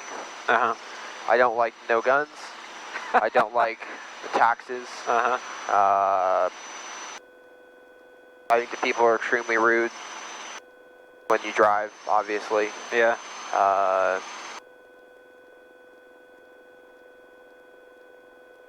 Trying to think some other things. But again, like the California dream is awesome, right? Like I met my girlfriend here, so like I like that. Yeah.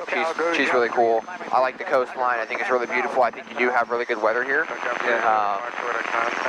But the downside are definitely, you know, pretty strong. I mean, my paycheck right now is $850 every 2 weeks. Like I said, you know, I mean, like not trying to preach that. I just bring up as another example. Like the fact that taxes are being taken out is BS. Yeah. My expenses, honestly, are probably around 18 to 2,000 if I had to guess. I'm only pulling in 1,600. So every single month I'm here, I'm always losing money. Yeah. And then people wonder why there's a pilot shortage. And you're like, well, let's see. Training costs a lot. Luckily mine was paid for. And the places that hire don't pay very much. So yeah. Well, you know who's not paying taxes? Those people in the big houses on the coast there. yeah, they've got so many tax incentives and all that kind of stuff they're able to get out of it because of everything they do. Yeah. Yeah, like I said, I think California would be a great place if we were just able to restart everything. You know, people, I would make more money if I was on welfare.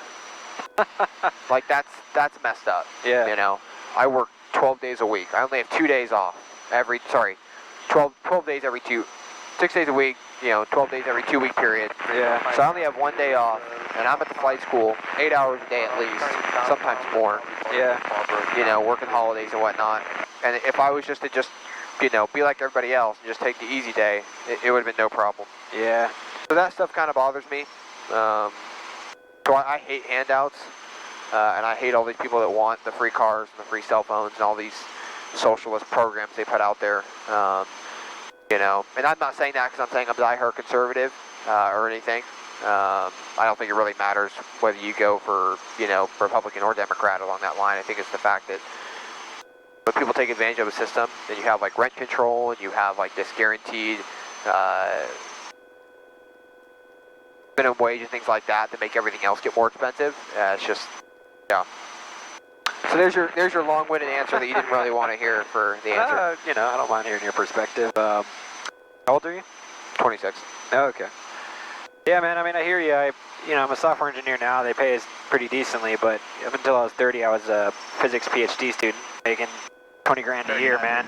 You know, it's just the price you pay for doing what you want. I didn't even stay in physics, you know, so it's tough. You know, as my boss is my age, she's probably, you know, making 2-3 times what I'm making, and you know, she just got started earlier in her career, so yeah, it's all perspective. You know, you'll get where you want to go, and you know, you'll see, you know, greener pastures in the future. It just sucks. I know that feeling, you know. I remember my brother had his wedding in Hawaii, had like $1,000 in my bank account, and you know, I had to pay like $400 or $500 to get out there, pay for the hotel. I was like, dude, like, I know you wanted a destination wedding and all, but like, you're gonna leave me with $100 in the bank, and that's what happened. Yeah. Yeah. It's not easy, man. I mean, education's another big thing. I mean, God, that system is totally flawed. The universities make a crap ton, and teachers don't make any. Yeah. It's just messed up. I mean, personally, I think teachers should make probably 70 to 100 grand. Yeah, it's crazy, man. And these are the people that, you know, are shaving their kids and everything. You know, it was university, you know, but yeah, high school, you know, elementary, man, those guys are, you know, talking about welfare, they're not making much. Yeah. Especially, I mean, particularly I see it in the Bay Area, man. It blows my mind, you know. We're still paying these guys peanuts, and you know, still expecting them to pump out tomorrow's scholars. Yeah, and the answer is they can't. You know, it's just there's a reason why there's not a whole lot of people that want to be teachers. It's not a sexy field to be in. If you make it a sexy field by giving it a nice paycheck, you're going to get more people that want to teach doing it. Yeah. But you know, I know they just had for example, in New York, they did a literacy test, and half the teachers didn't even pass the literacy test. And they threw the test out because it was racist, because of the 50% didn't pass, a large majority of them were all black and Hispanic. Yeah. I'm like, again, The literacy test is unbiased at all. It's literally testing what you know. Yeah. And I'm sure that when they went to school and when they went to college was a long time ago, and I'm sure their education was subpar, because that's where our education is right now, you know? That doesn't mean we lower the standard or we throw the test out because it's, you know, racist. We need to up the standard. So what can we do to get these teachers to pass? You're asking me? Let's do some literacy testing, you know? But no one wants to hear those kind of ideas, right? It's just, it's easy to pull the victim card and call, I'm done, which I don't agree with, but, you know. Yeah, man, it's funny. So before I was at Google, I worked at Airbnb, and, you know, as an engineer, you know, they do coding tests, you know, just to see where you're at. You know, and the reason why they do this is supposed to be, you know... Say again for 38 Golf Mike. Yeah, this is Go Jump 3. I'm relaying for SoCal. They said you're too low for services, so just squawk VFR if you would. Squawk VFR 38 Golf Mike. There you go. Wow, that's awesome. He got it. SoCal. Thank you very much. I might have missed that in the part of that. Yeah.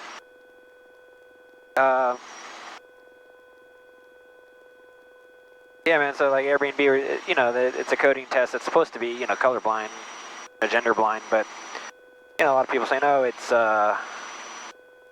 sexist, you know, it's harder for women. But yeah, you know, instead of fixing the, like, root problem, you know, like, why are women testing low? How can we, you know, like, help them? You know, how can we increase training? It was, let's get rid of this test. Oh, that's crazy, man. Yeah, you know, Departure, November 1738 Sierra is with you at 900, climbing 3000. I mean, you can just look at politics, right? Politics is a great example about how bad it is. 1738. No one wants to work in politics. It's insane. They know how many battles they gotta face. Yeah. They know how bad it is, you know. But just no one wants to work it, period. It's a terrible place to work if you... I don't want to work it. So why do we have so many problems and all the same people getting into office? Well, it's because the people that want to work there are people that are career politicians. I'm probably going to get about 11 grand. 11 grand. I'd like to amend my altitude by the time I get to the... Unfortunately, And this is my last load. the fix to the problem are too big. We just need to get back to where we were. Yeah. You know, back in the day, it was 4 years for the term, and that's what you did. You did your civil duty, and then you left. There was no such thing as a career politician. And I think that's one thing, is I think all offices should be banned for 4 years. Yeah. With an option for 8 if you're voted into it. But 8 being the maximum, just like the presidency. Yeah, I do think we'd benefit from more turnover, you know, just keep it kind of cycling through. New people, fresh blood, you know. Yeah, I mean, the pensions that they give out for just working there for 4 years are insane. There should not be a pension for 4 years of work. But, you know, that's what they have, that's what they've done. 1738 Sierra, turn left, 120.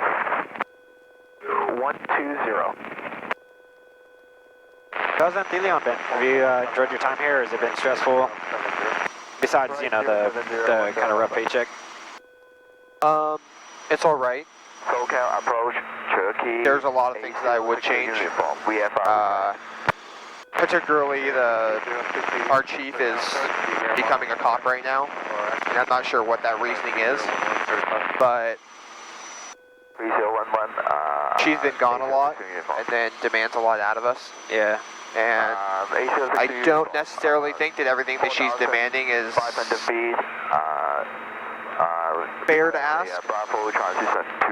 You know, like for example, if there was an issue and you knew about it, then you would have fixed it right away, but like a problem could be delayed by a week. Like, I want this done. Well, you weren't here. Like, I don't know what to tell you.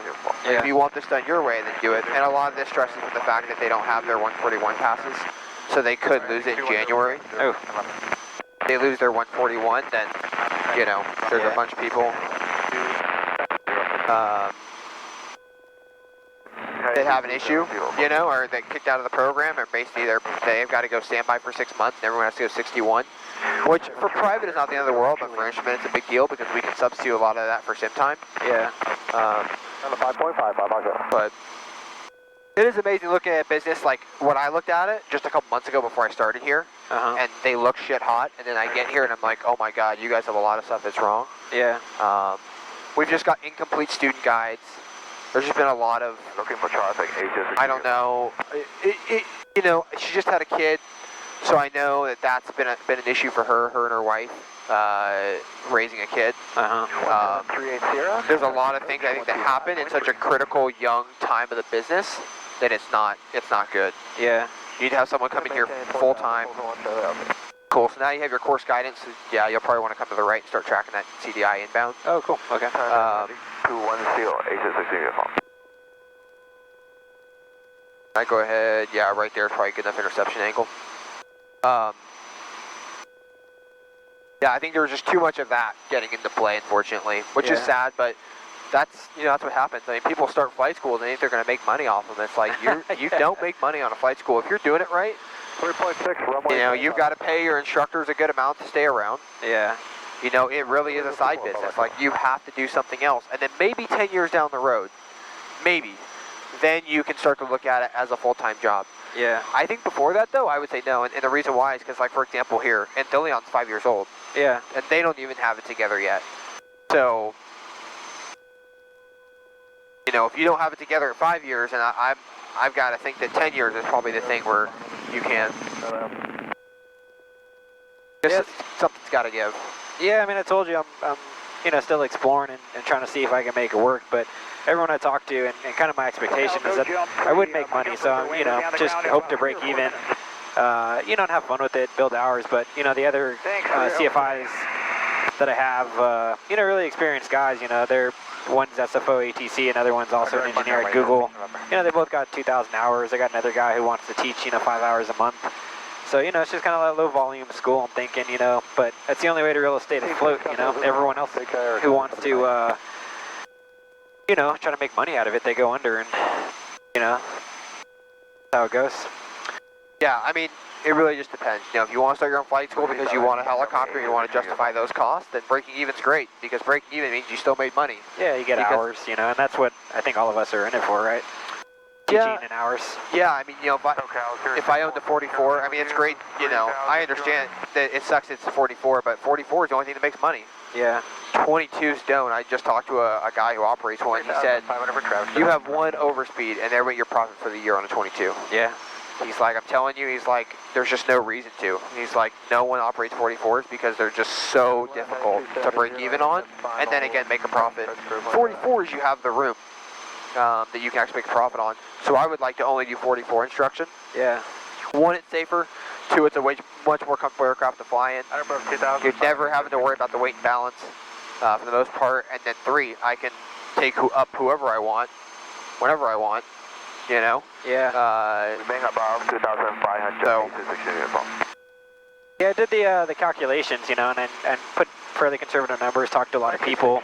You know, I put operating costs for an R22, not including business costs, you know, office space, stuff like that. 1253, good day. You know, it was like anywhere between 250 and 280. You know, and I think if you had 500 hours, it equates to 40,000 margin, or, you know, up down to like left like 10 degrees. Okay. Or down to like negative 80,000 loss, you know, if you just had to pay for everything and had a bunch of shitty situations. So, yeah, like you said, man, a few overspeeds and that's nothing, you know. And if you do well, you're making like 20,000, you know, which is, you know, anyone would take it, but... I'm going to come with you just a second. Just keep flying. Okay.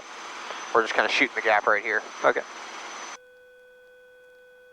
Still higher than it, but...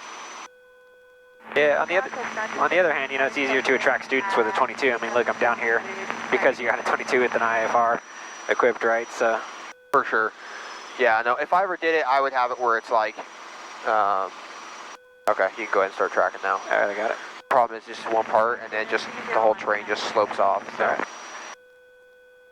I would do it to where, like, you know, I want to own apartment buildings and have passive income coming in. Yeah. So I would have like, oh, cool, now I can write off the helicopter as an expense to go travel to all my properties. Yeah. You know, I can write off the fuel and everything, and then have a couple instructors and be like, hey, you know, here's a low-cost 44, go ahead and build some time in it. You know, even the Cadet's not bad for that, because the Cadet, you get a better overhaul. It's a cheaper aircraft, cheaper to operate, and then you get extended life on it, so that's pretty good too. I think the benefits of the 44 from a safety standpoint are worth it.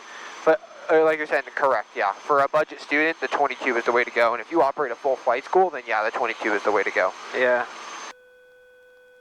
Yeah, I mean, it's tough, right? Like, if the Cabri was cheaper and there was no SFAR and it had 4 seats, you know, it seems like it'd be a pretty awesome choice, but that doesn't exist, you know. 22 is cheapest. You know, you're not going to make much money and you can't really do much else with it. You know, 440 or the 44 is nice, you know. It's just the most expensive, you know, for a student who wants to train. Correct, yeah. Let's see if I can get on with SoCal approach. 1 second. All right. SoCal approach, helicopter 38 Golf Mike.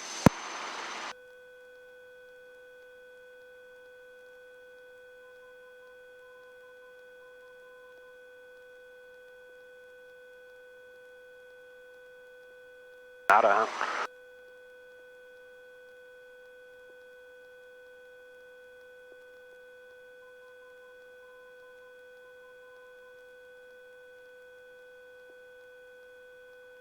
SoCal approach, helicopter 38 Golf Mike. 38 Golf Mike, SoCal approach, good.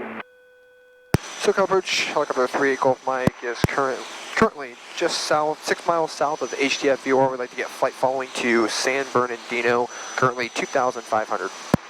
Okay, you'll be in Mars Approach's airspace. Contact them on 133.5. 1335 for 3 Golf Mike.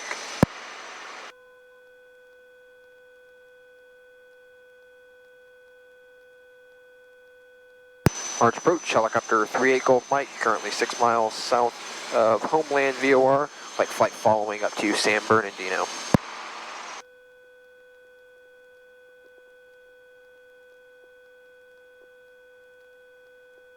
At 3 to Homeland.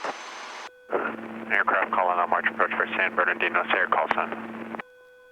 Helicopter 38 Golf Mike, 2,500. Helicopter 38 Golf Mike, squawk 0144. 0144 for helicopter 38 Golf Mike.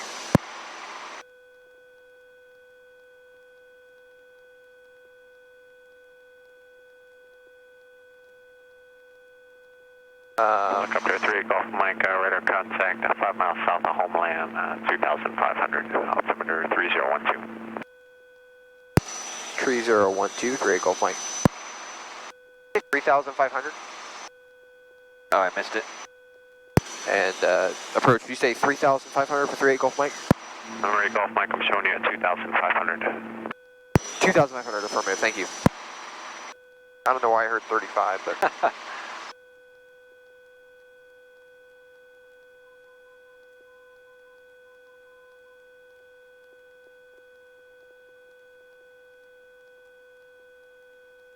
Here's a question for you. To count as a landing at an airport in a helicopter, do you go skids down or just come to hover?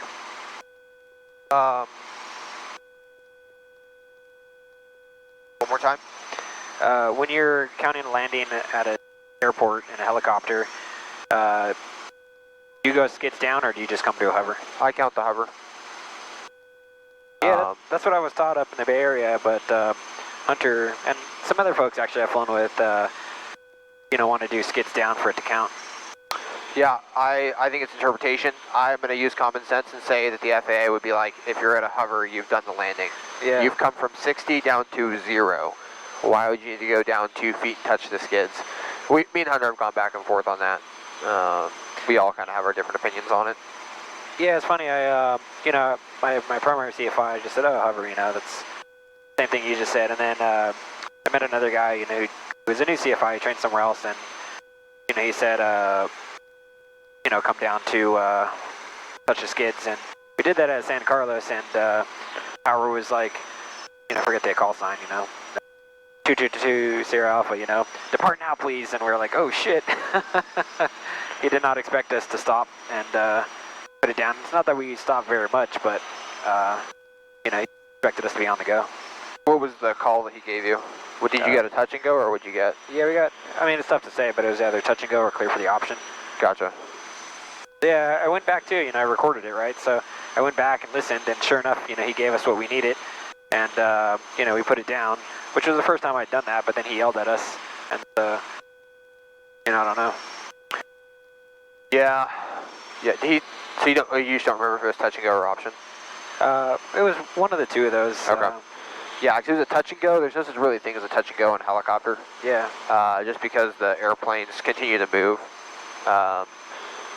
Basically, our touch and go is a stop and go. Yeah. So it has to be either a stop and go or the option for it to be politically correct. But I have seen Tower do that numerous times. So they'll clear you for it, and they're like, on the go now, or sidestep, or whatever else. And you're like, you sounded 2 minutes ago, or not even that, like 20 seconds ago, like you had plenty of time. Yeah. But they start to pucker up when those things start to happen, so. Motherfucker. I don't see it. I've had the air on the whole time. What's interesting is it's every time we get to this portion of the flight, or we are almost about to come into land. Yeah. Yeah, I'm probably going to write that up and have the mechanics replace it. Do you feel fine? Yeah, I'll let you know. Okay. I can either leave it on or we can turn it off. It's up to you. I mean, turn it off. It's going to stay on, right? Yeah, I said I don't know. We can... Yeah, I mean, we'll do the same thing, right? Once we land, we'll turn it off. Or turn it back on, but... yeah, it's going to stay on. All right, we're going to turn left to a heading of 313. 313, left turn.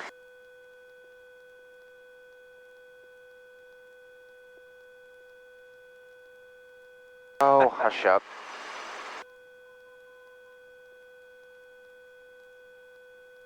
Put the heading bug in for us? Pretty close. Yeah, I'm going to turn this course to the CDI. You'll notice how it's full scale deflection, so right over the VOR. And you'll see this start to come in here as we continue to go. So it basically, you have to think about it like at the VOR, a radial is like a laser beam. And then obviously 10 miles out, or they have what's called the 60-to-1 rule. Yeah. I don't know if you noticed how big of a change that was, your dip, but you just like went left 10 degrees. Yeah. Excuse me. But 61 is that the radial, it's 1 mile in between radials is 60. And at 120 miles, it's 2 miles in between radials. So that just tells you, boom, basically a radial is, somewhere around a mile long or half a mile long or whatnot. Yeah. So it's just a laser beam that gets really big.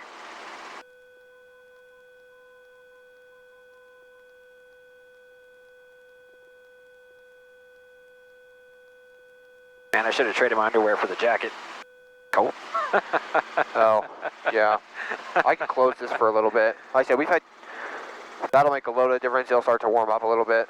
Yeah, I mean, it's fine. I'd rather keep the vent open just because we got that carbon monoxide light on, but a little chilly. Yeah, no, I understand.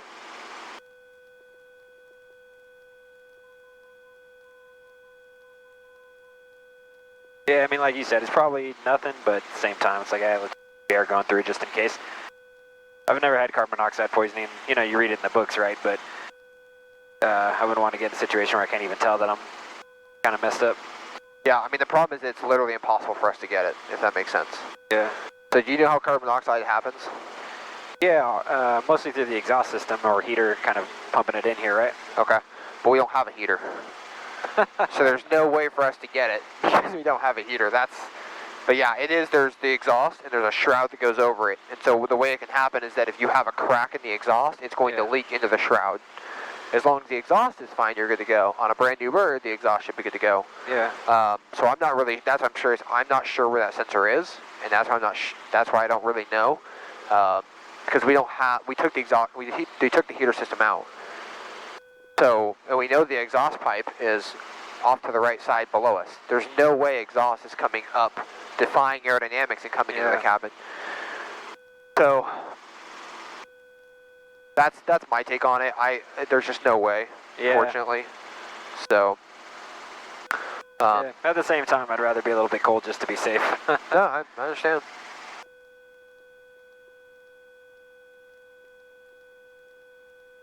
We only have we have a little bit left until we get to San Bernardino, so we're going to shoot the GPS 6 approach into San Bernardino.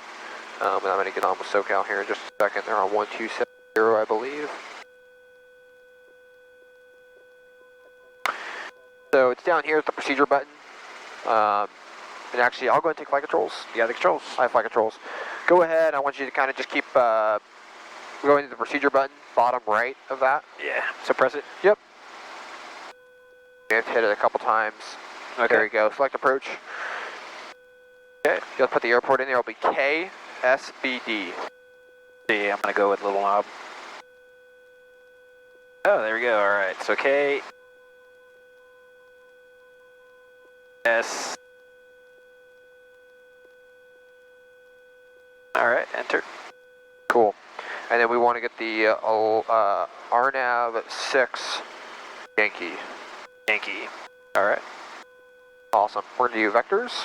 Vectors. Cool, we can go and activate that approach. So we've done that approach. So we have that in there. Okay. Now we just want to go ahead and brief the approach. I'll go ahead and hand you my iPad. Okay. There you go. I'll keep flying. Upside down. There you go. Alrighty. So there's not a whole lot we can do. Uh-huh.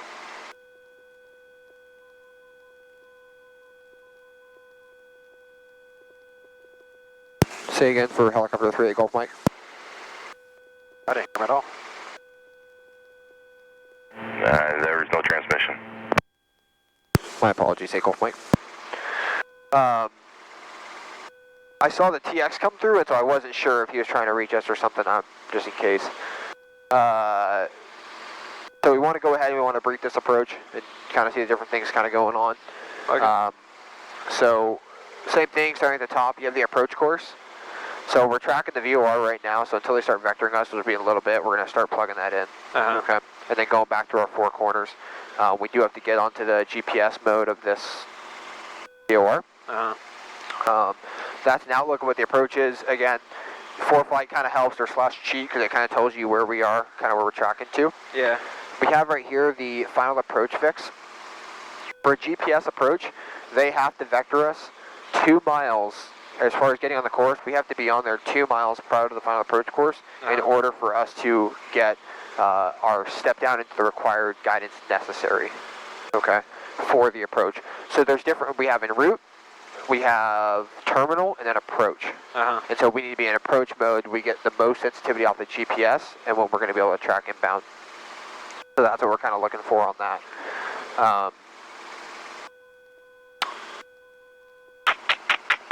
Cool. So that's what we have in there, WIDAD. So, correct me if I'm wrong, like the different systems, right, ILS, RNAV, are just different instruments that you use to guide yourself in, right, different systems? It's kind of a combination. So for example, like the ILS instrument landing system, and it's a mix of a localizer, a glide slope, an approach lighting system, and can be as well as marker beacons. Uh-huh. There can be things to substitute other ones depending on what it's going to be. Again, it just kind of depends. Uh-huh. For example, and we're probably going from San Bernadino, we'll probably just go to Long Beach. I think we've hit our 100 nautical miles, if you're okay with that. Sure. So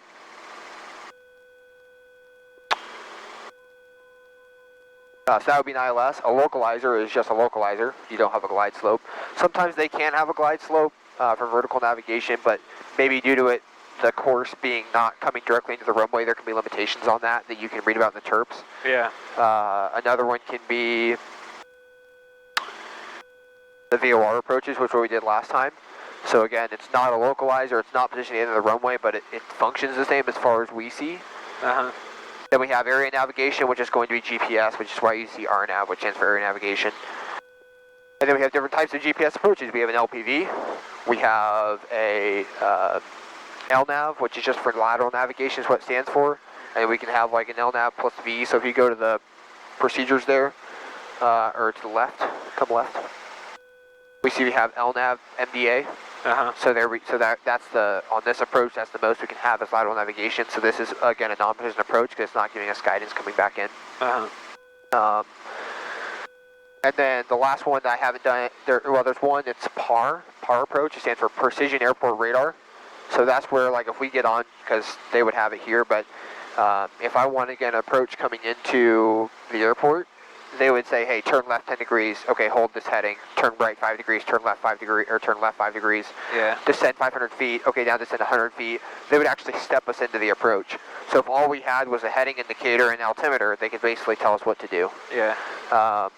That's why if you look at instrument currency, it says 6 instrument approaches intercepting and tracking and holding procedures. The reason why intercepting and tracking is on there is they don't want you doing 6 par approaches. Yeah. Where you don't have to do that. 3 Golf Mike, you're exiting airspace to the northwest. Radar service terminates, squawk VFR, fixing approved. Can we get a handoff to the next approach control? We're going to shoot a practice approach into San Bernardino. I'll give it a shot. They might not see you that low, but stand by. Roger. We're climbing up right now to 3,300. Cool. Alrighty. Alrighty.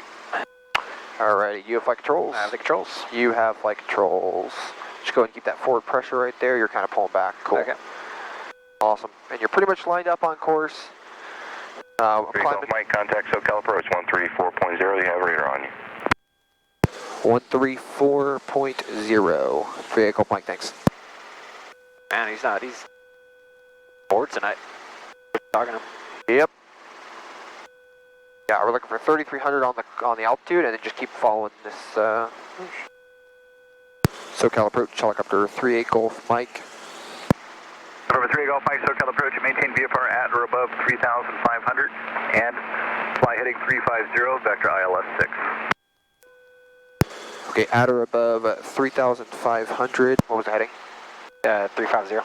On a heading of 350, at or above 3,500 for the ILS 6. 3 Golf Mike. That is what you wanted, correct? We can shoot the RNAV 6, but if you'd like the ILS, it's up to you. Not up to me, I think it's up to you. You're the one doing it for training under currency, isn't it? We'll take the ILS 6, 3 Golf Mike. Kind of being sarcastic, do you want the RNAV approach? You're fine, sir. The ILS 6 will be fine for us, 3 Golf Mike. Alright, November Golf Mike, call that ILS approach terminate. Do you have the ATIS? Full stop. We'll grab the ATIS now. November Golf Mike, roger. Ontario altimeter is 3014. 3014, 3 Golf Mike. How do you grab the ATIS with the one radio? We have to rapidly switch and hope he doesn't call us. Super fun, right? Yep. November 8 Golf Mike, just let the next guy know when you got the ATIS. Contact SoCal approach 127.0. 27-0, 8 Golf Mike. San Bernardino Tower information, Juliet 0048 Zulu, wind 330. Did you say at or above or? Yep. So just hold 35, don't go any higher. Ceiling 8,000 overcast, temperature 13, dew point 03, altimeter 3014. ILS runway 6 approach in use, landing and departing runway 6. Sermon crane operating 3.4 nautical miles northeast San Bernardino Airport at 380 feet AGL. Additional crane operating 1.2 nautical miles north-northwest approaching runway 6 at 128 feet AGL. Additional crane operating 2.6 nautical miles west San Bernardino Airport at 177 feet AGL. Advise on this contact. You have information, Juliet.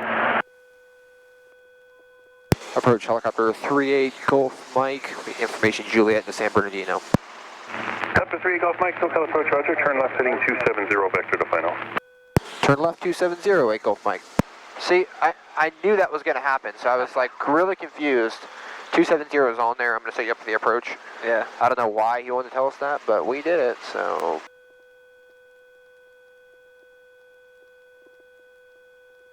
Yeah, I don't like the SoCal approach controllers in this area. I've had a couple little issues with them, not from a disciplinary standpoint, but just their professionalism. So I try to stay away from their area at all times.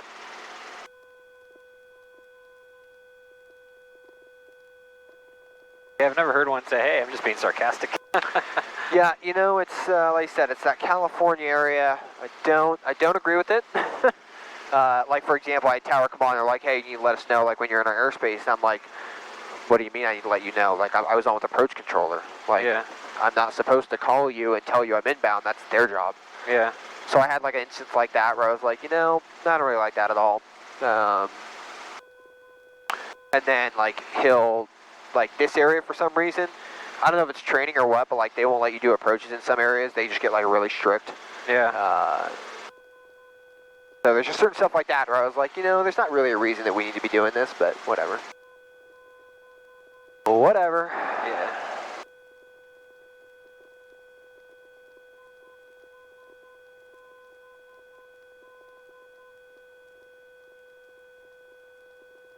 I think I heard a good one the other day. I heard a tower, maybe it was NorCal, I don't remember who, but they're like, yeah, freaking stage approved, keep on your toes. And the guy was like, okay.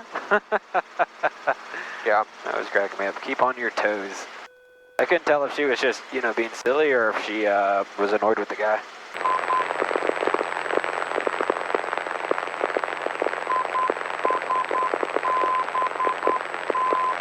Is that the VOR Morse code that I've heard about? That is the ILS Morse code, or Morse code for the localizer. Okay. 3 Golf Mike, turn right, heading 020, maintain VFR, Pex approach approved. Right turn 020, maintain VFR, Pex approach approved. 3 Golf Mike, thanks.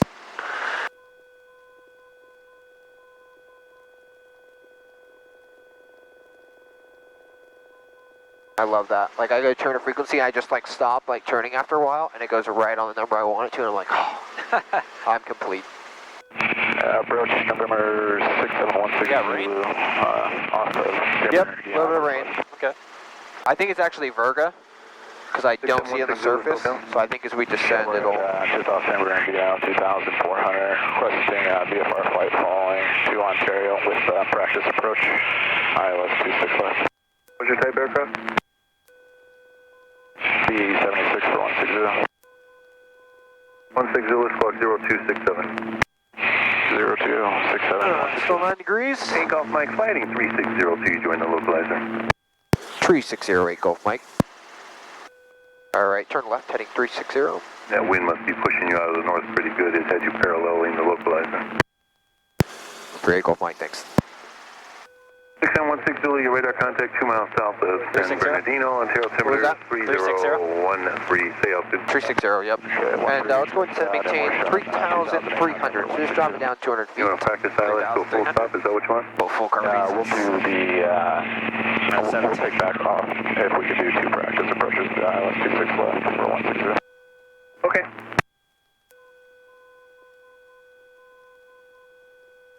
So what happened there is we're... Join the localizer, maintain VFR at or above 3,500. Okay, join the localizer, VFR at or above 3,500. Right now we're just trying to line up with the localizer. Yeah. 160 for your low approach, instructions off of Ontario will be a left turn to Paradise. Got a laser down there. And the frequency on the go will be... Actually, you want to do another ILS? Like the blue light? Yeah. Right here? Yeah, I think it's... I don't think it's a laser because it's switching color. I think it's one of those house lights. So, right downwind departure. Alright, so we have clearance. You can go ahead and start turning to the right to intercept the localizer. On the go, we'll do right downwind. You're going to maintain your 3,300. Class Air 21 Juliet's here is with you, restricted at 3,000. 21 Juliet's here, altitude your discretion, where you headed? My discretion, just about another... Right, so let's come to the right now, or sorry, come to the left. Flight directors to the final for Chino.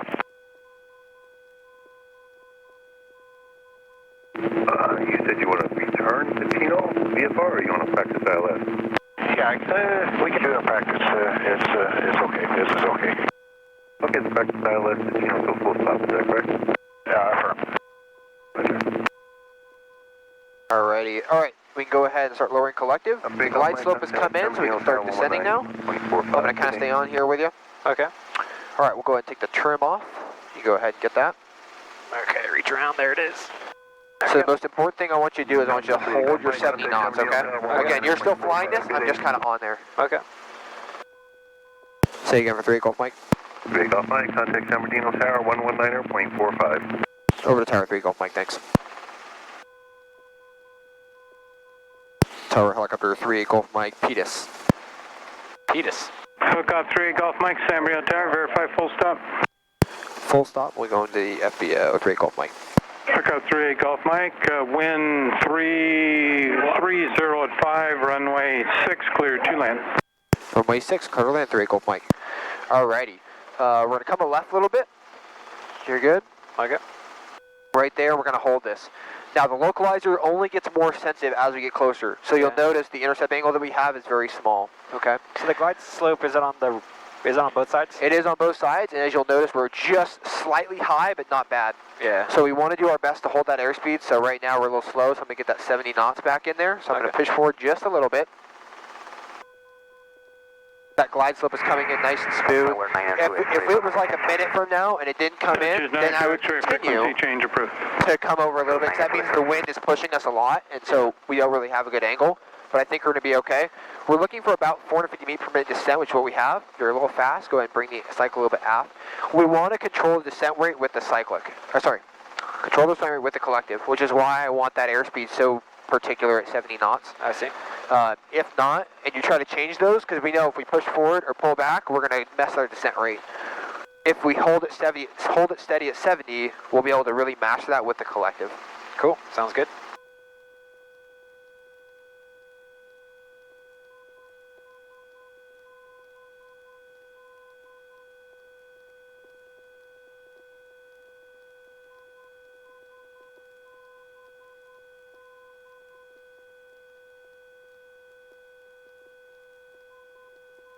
And we'll be going down to 1353 as our minimums.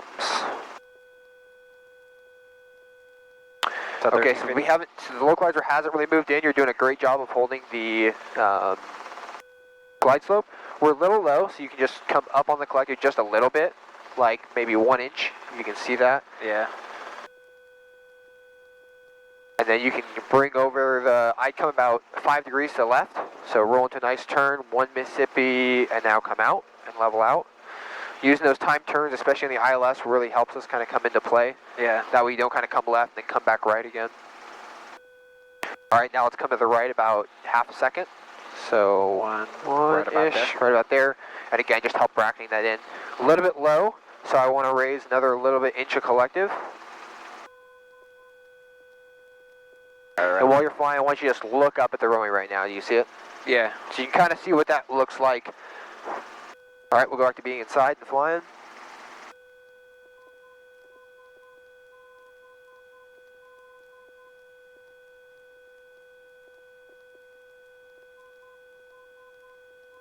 About 1,000 feet to go. All right, now we're a little bit above the glide slope, so we can go ahead. So see, you actually came up about 3 inches because we're at 16 now right there. Yeah. So you can push down, then because your airspeed wants to build up, so you got to keep pulling that back and then lower a little more collective, because this is how you'll rapidly kind of get above it. Yeah. Come left a little bit. What's that flashing? Is that the... there's a pretty strong airport beacon. Is that what that is? I believe so. Then we also have a runway and identifier lights, if that's what you're talking about. It might be. Yeah, I just see white flashes. I can't tell what it is. Okay. If it's a beacon or a fire or what. The beacon's pretty bright, and then there's the runway and identifier lights. Full lined up. So we should say still a little bit high, so I'd go ahead and lower another inch, but keep holding that 70. Yeah. You're coming left a little bit, so I'd come to the right a little bit. Right about there. A little more.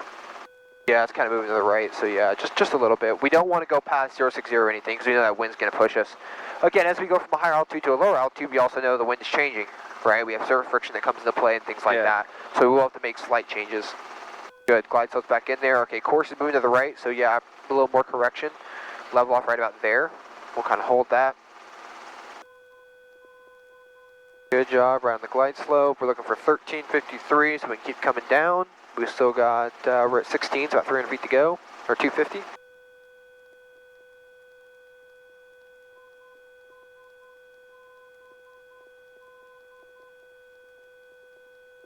All right.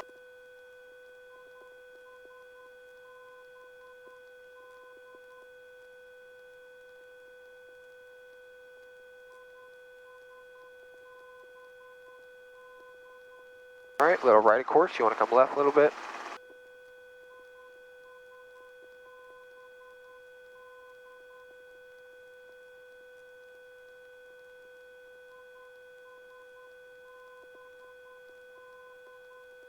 All right, look up. We see the runway. Yep, we continue. Okay. All right. Keep coming straight. This point, I'll have flight controls. Yeah, the controls. I have flight controls. You can go ahead and take your goggles off.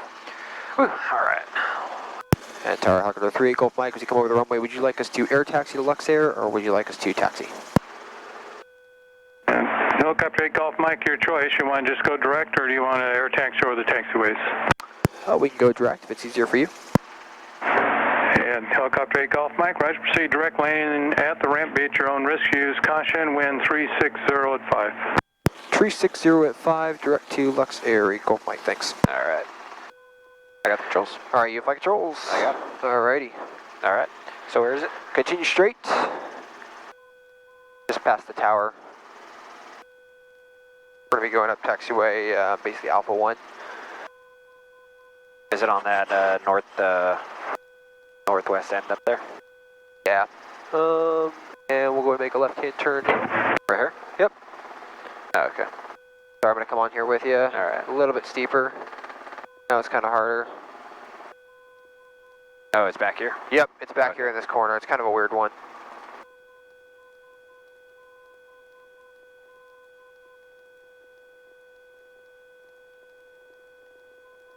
Ooh, graveyard. Yeah, Delta, wow. Alright, is that the ramp right there, or? Yep, that big building right there is what you see. Start nice and smooth, bringing it down and slowing us down.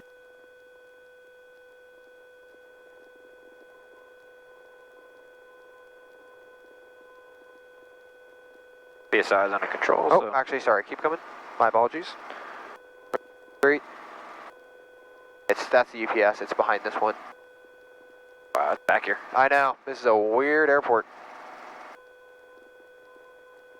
Alright, there you go. And it's in that back corner with all the lights. Now you can see the kind of the front, what looks like an FBO. Yeah. Cool. With that fancy entrance? Yep. Alright. I'm going to take us out of the curve a little lower here. Cool.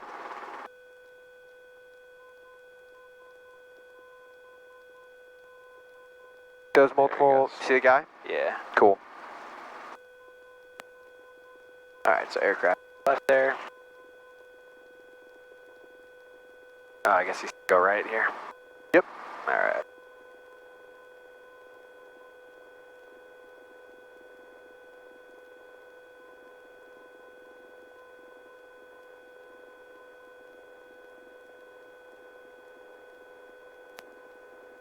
Turn off landing lights so we don't blind them.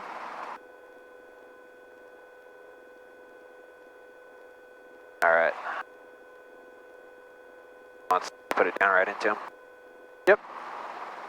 Yeah, wind will be no factor, we'll be facing.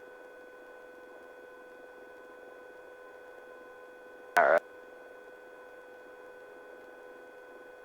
Put me down right in the puddle. Alright. Oh, you got it? Okay.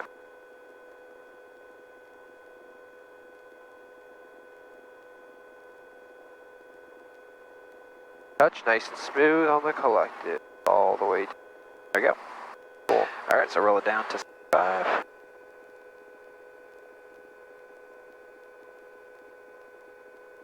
Alright. 5. Friction. And hold up slightly. There we go. Pedals neutral. Pedals neutral. There we go. Alright. Cool, and you got the timer? Yep. Yeah, so I just always bring 1 foot back and then have 1 foot right in the middle. Yeah. Because the way it is right now, I guarantee you I can probably push a bunch of left foot. So I always try to have my foot right over the both. That way, it's not as prone to happen. Go ahead and roll it down closer a little bit to the 70.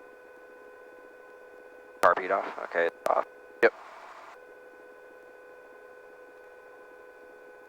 Yep. I gotta take a leak. Yep. Alright, let's see. We got like 5, I think 6.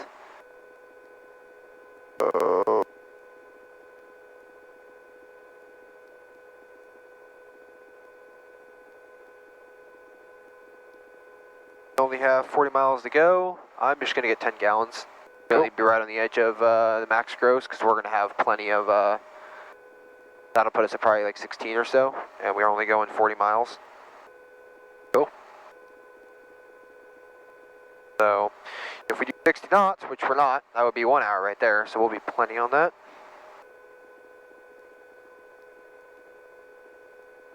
Alright, coming out of San Bernardino, we're going to backtrack here to Raytheon, right here. Then we're going to hit southeast until we hit Corona. Then Victor 8 all the way back into SLI and then back into Long Beach. Cool. Cool. Sweet. All right, you're good to go.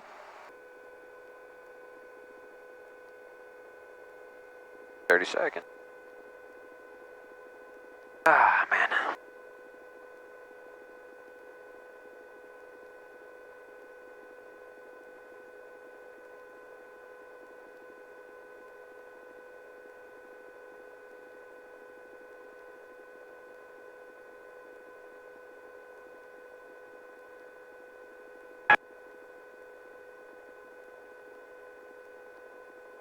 Good pull mixture.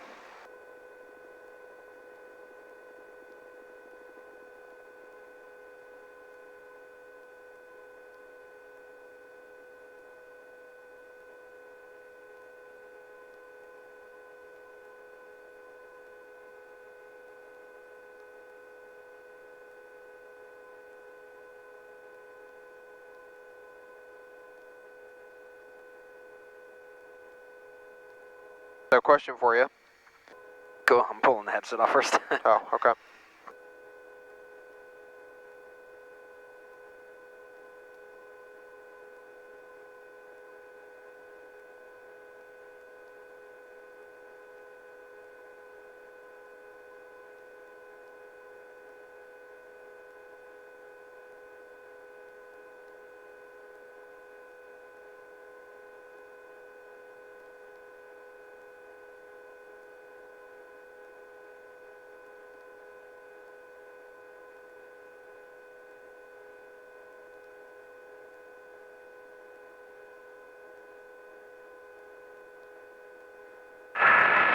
Bernadino Tower, Sheriff Copter 40 King 6, Sheriff Sanger requesting your northern half.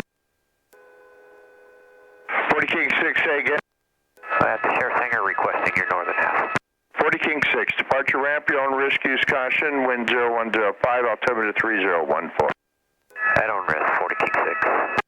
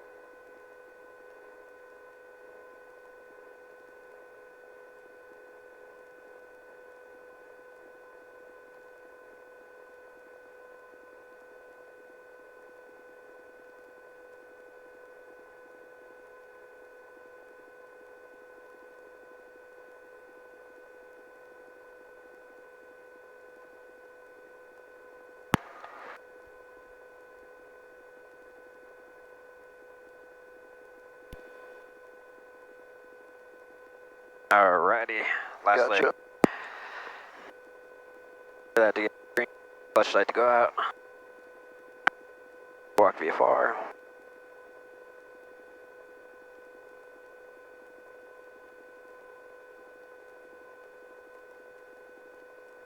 What's ATIS? ATIS is 12475. Operating 3.4 nautical miles northeast San Bernardino Airport at 380 feet AGL. Additional crane operating 1.2 nautical miles. That's a changeover point. Northwest approach in runway 6 at 120 That's where the changeover point was like between two VORs. Additional crane operating 2.6 nautical miles west San Bernardino Airport at 177 feet AGL. Advise on this contact. You have information, Juliet.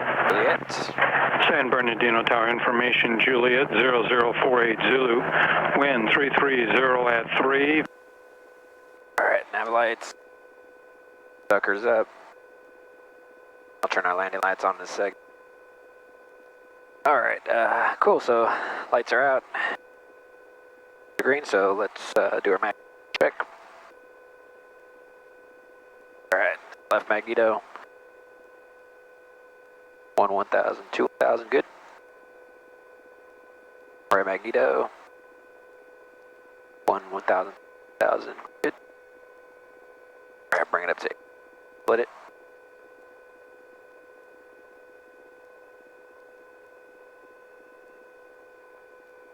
Okay, got a split there. Alright. Cool. So that on. Friction's off. Alright.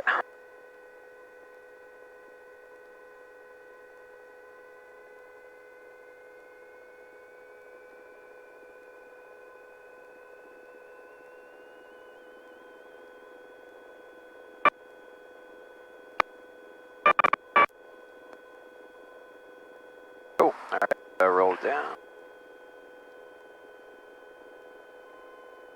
There. Alright, give us such a carb heat for pickup here. Lights are out. Green. Read's good. Alright. You want me to pick us up or what was that? Should we make the call first or should I pick up? Yeah, pick up. And we'll make our tail turn to the right. Our nose left, tail right. Got plenty of clearance over there. I got airplanes over here.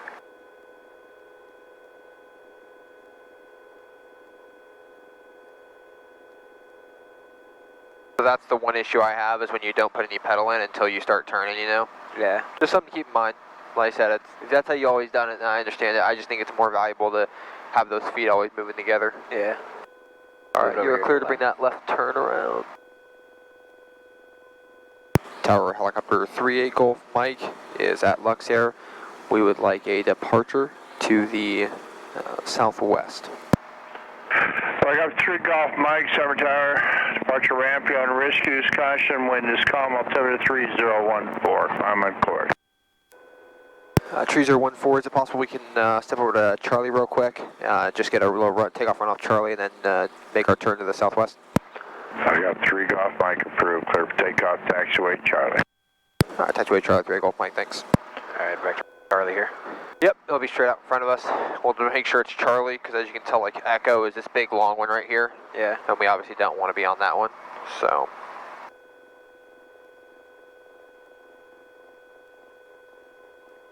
When that's alright, RPMs on the green, instruments are holding steady, got plenty of fuel. Good, good, good. Yeah, get us a little carb heat again. Yep.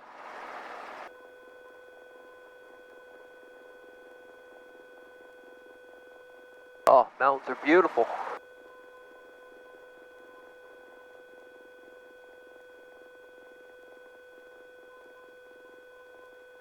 Right here. Yep. Alright, taxiway Charlie's the one's going this way. Okay. You can go ahead and start going if you'd like. As long as you can see it, I'll help you out. I see it, so. Yeah. Alright.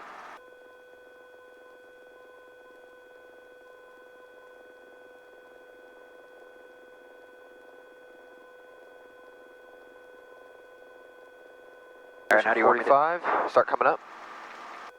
Which direction you want me to go here? We're not to the southwest, we're just trying to climb straight, so we don't have to worry. He has already cleared us after we take off Charlie to then go out to the south. So that's why I just want to get some altitude. You can start your turn now, off to the right. Man, they fit those,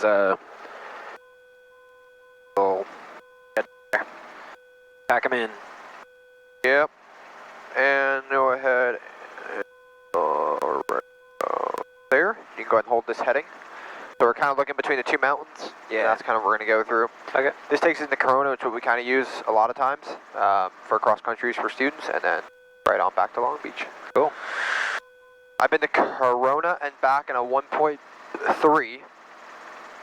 And the way you fly will probably be back in, I think, about a 1.0. And I only mean that because you usually do about 90. My students do like 70 or 75. Gotcha. It's like, wow, we were taking forever, guys. Yeah.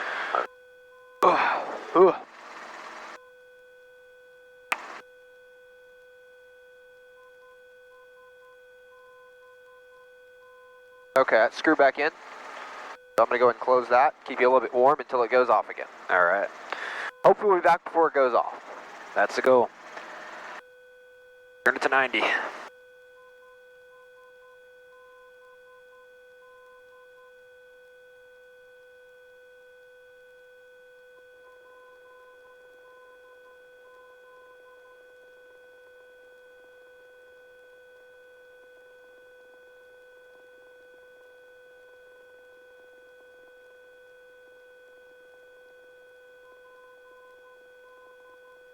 We'll probably go ahead and keep climbing up to... The 2000 might do it for us. All right.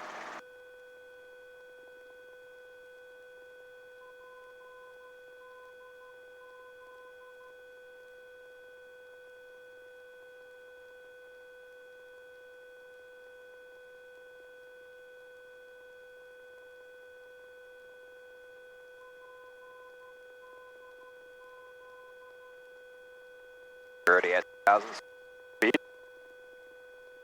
Yeah, we're only going to have descending terrain the whole time, so that's why I think that'll be enough for us as we head out to the west.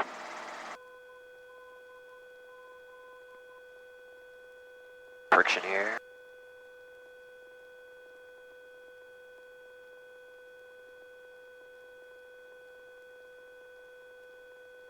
Probably don't need that much power in.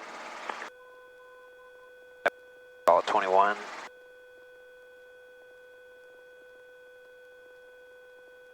All right, should I get back under? Yep, IFR controls. All right, you have them. IFR controls.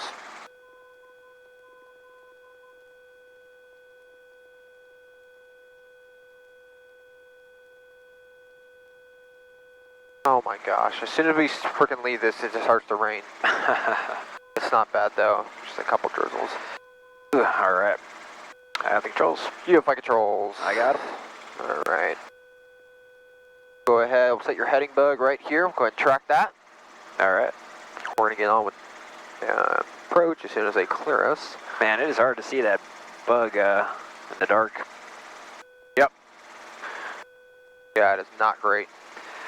Yeah, I think one big thing I don't like about the Cabri is the panel lighting is just awful.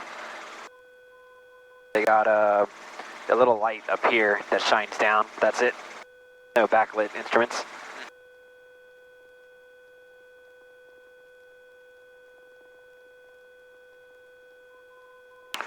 Yeah, you're a little bit right. Just come left just a hair. Right there. Just a hair. Cool. Perfect. Hold that.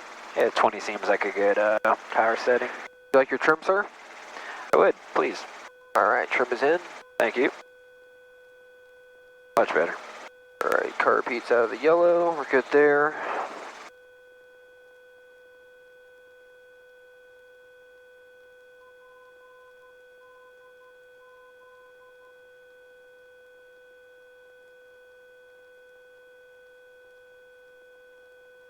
Do you mind help me out in turning the noise canceling on my headset? Absolutely. I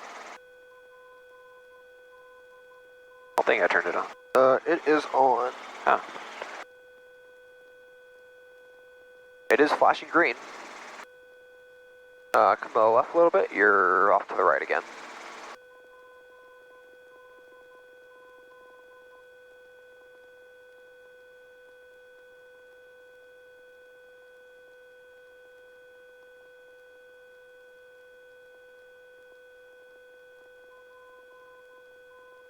Awesome, right there.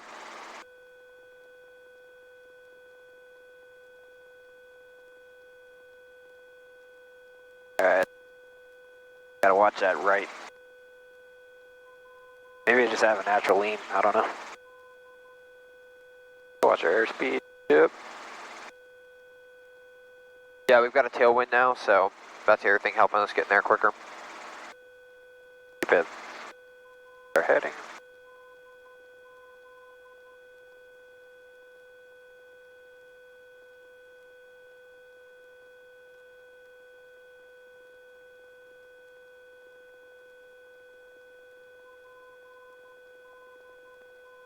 Now we can go ahead and let's get the 2500. Alright, climbing 2,500. Cool. We've got clearance right now, shooting through the gap, but I would much rather have a little bit more. Sure. Great airspeed for altitude. Yep. Wow. The outside air temperature, sir?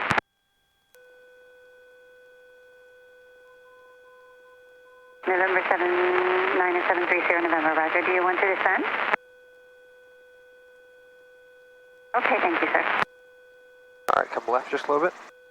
Approach helicopter 38 Golf Mike is 2,100, climbing 2,500, about 10 miles southeast of San Bernardino with VFR request. If you're just south of San Bernardino, contact approach 127.0 for the helicopter.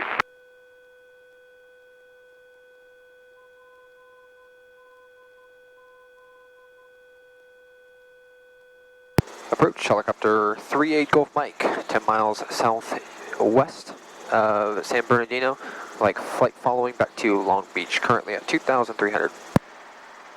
West 3760, contact SoCal approach 128.1. Aircraft looking for a VFR flight following to Long Beach. What altitude did you want to cruise at? 2,500 initially for 38 Golf Mike. Number 3 Golf Mike, what was your type aircraft? We are an R-22 slant Golf. Go ahead and come. Actually, Number 3 Golf Mike, squawk 0223. 0223, 38 Golf Mike. Let's come right just a little bit. Come on here with you. And we're going to get up to. Actually, we'll stay right here.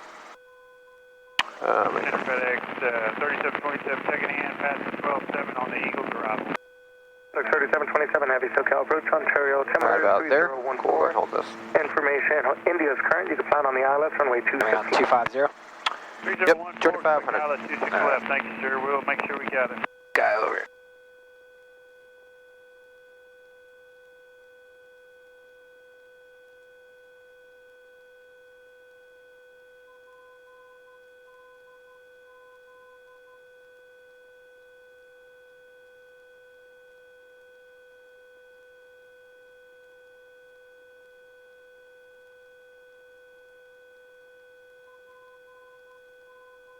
Number 3 Golf Mike, I show you radar contact southwest of San Bernardino, 10 miles, and show you 2,500. 3 Golf Mike, position checks. 3 Golf Mike, thank you. You can now contact SoCal on 125.5. Yeah. 25.5, 3 Golf Mike.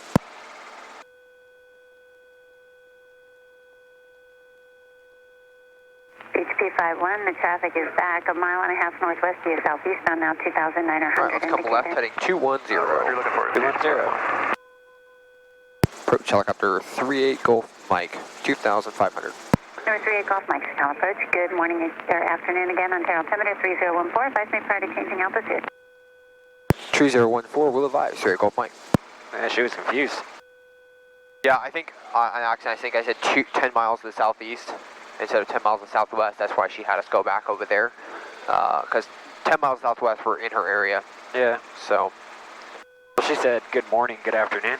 Oh, then yes, from that standpoint, I think she was. 35, 1.5 mile northeast southeast. Probably in a dark room for a long time. HP51, CH251, thank you. Up to your discretion. Have you toured Tracon? I have. What do you think? I think it's really interesting. SoCal, Seattle, where'd you go? I apologize. No, I did not do Tracon. I did flight service. Okay. That's what I was thinking of. Flight service was crazy. When I was in the military, I met a lot of the controllers, and I've seen some of the equipment, but not a full-on Tracon like a Seattle or anything else. Alaska 462. Did you go to the one in San Fran? No, I wanted to. It's up in Sacramento, actually. There's Oakland Center south of Oakland. Yeah, I wanted to go to Sacramento to go visit those guys. Yeah. I watched a video of the SoCal tour. Number 3, Sierra November, thanks. The traffic's no factor. Down there in San Diego. 124.6, guys, have a great day. 124.6, 3 Sierra November, good night. Good night. Flight service was nothing. Clear through the bracket class Delta airspace if you need it. 3 Gulf Mike. SoCal approach, CC51, we're going to proceed towards Fullerton for landing. We have November. CH251, thank you. Altitude your discretion, resume navigation. ONAV and altitude our discretion, CH251. So one thing I've kind of noticed is you've kind of like dipped and then like came back up and made like large changes. Yeah. So really just try to minimize those as much as you can, and then try to figure out like, okay, if I'm going to hold 20, I'm only going to hold 20. So if you find yourself low, then what I would do is just come back on the cycle just a little bit to climb a little bit and hold off on the airspeed, get to the altitude that you want, and then just push back forward. I don't know. I just, and again, you can, it's not like a have to do it, obviously, right? These are just tips. I just feel like when I'm on their guide there on the collective and kind of watching you, I feel like you just kind of make just a little too many corrections, if that makes sense. Yeah. Which is understandable because of where you're at, right? You're not a 50-hour or 100-hour instrument pilot yet, where you're kind of more used to this. Yeah. So. Yeah, it's like typically I'll miss something. I say, oh shit, like I climbed up 1,000 feet, so reduce an inch, like a little bit forward. So yeah, it is a little bit large, but what can you do? Besides not let it creep up too far. Yeah. CC51, contact SoCal approach 121.3. Have a great day. Sorry, repeat for CH. We'll go ahead and come left 20 degrees. SoCal approach 121.3. Like a 190 or so. 190. Alaska 462, how's the ride on the climb out? It's pretty smooth, Alaska 462. Alaska 462, thank you.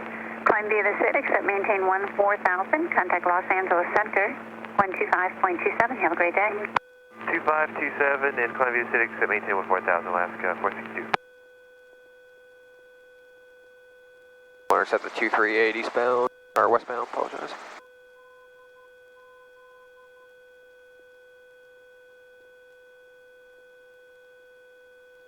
SoCal Southwest 3902 is with you, climbing out at 2200 for 14,000 via the Sunshine.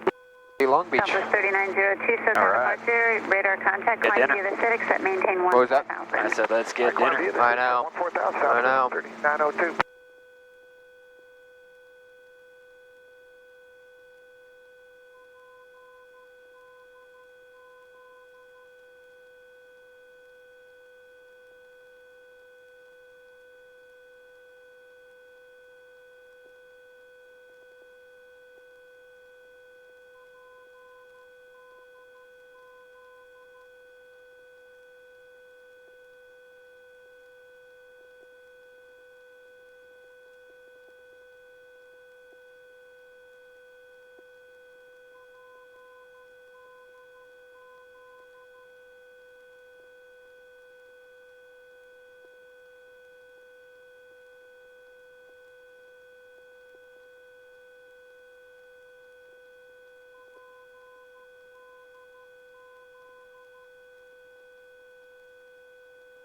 Let me know if you want me to take the controls at all.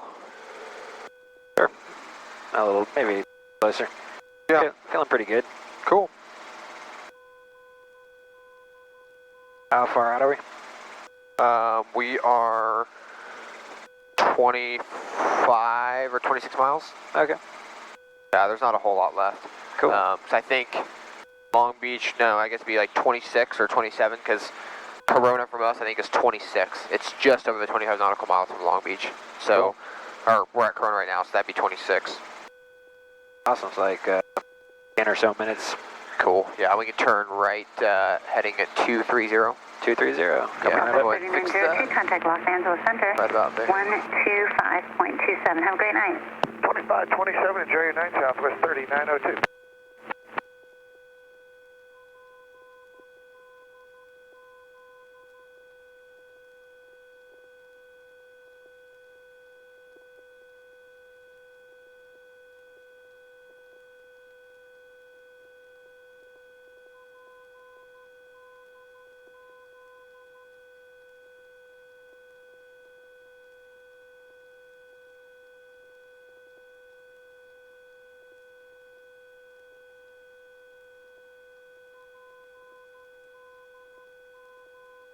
Raised off my contact SoCal approach 121.3. Have a nice evening. 2138 Golf Mike, thanks, you as well. Man, she's so nice. And Merry Christmas. Approach helicopter 8 Golf, 38 Golf Mike, 2,500.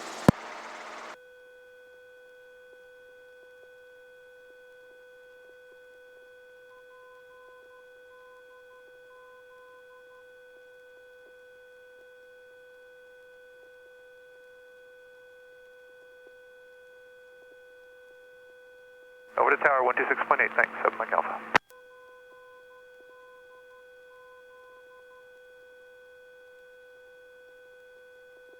We're going to fly heading 260. 260, coming right up. Approach helicopter 38 Golf Mike, 2,500. Overshot it a little bit. Bring it back gently. There we go.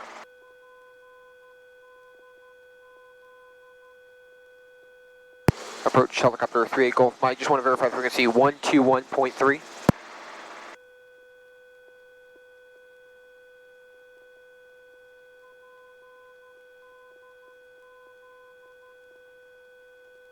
What's going on? We're transmitting. SoCal approach helicopter 38 Golf Mike. Number 38 Golf Mike, SoCal. Just want to verify the frequency 121.3. That is correct, sir. Maybe just because of where you are in the canyon there, if you give them just another mile or two and try them again, you should get through. Okay, thank you. You're welcome.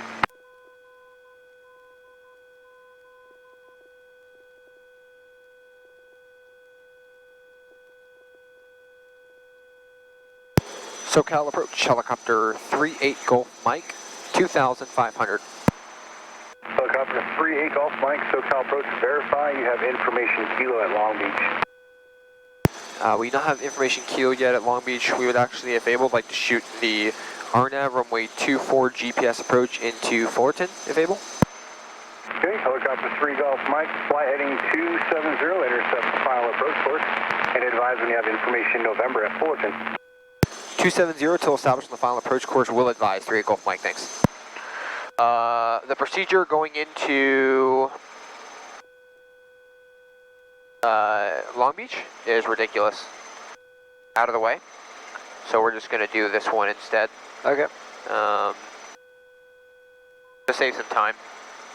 We need to do one GPS approach in order to make the requirements, so. Okay. That's why I'm doing this one instead of.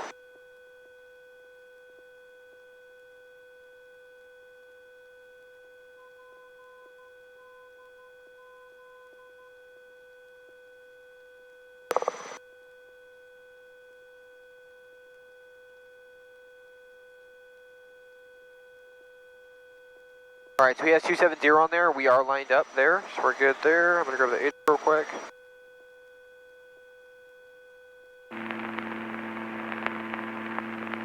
Fullerton Tower, information November 0147 Zulu.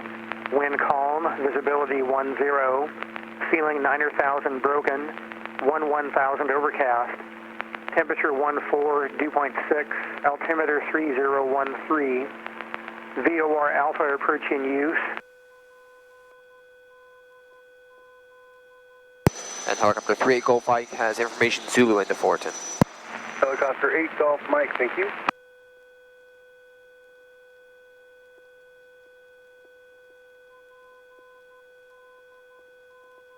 Alright, you said maintain 2,000. 2,000? 2,000. 2,000. The rain has stopped. Carb heat is going down collective here. Alrighty. You don't have to descend too fast. You can make it nice and smooth if you want. Cool. We're not in a hurry. Golf Mike, 7 miles from ACTAC. Maintain VFR. Practice approach approved. No separation services provided. 8 Golf Mike. GPS 24. Practice approach approved.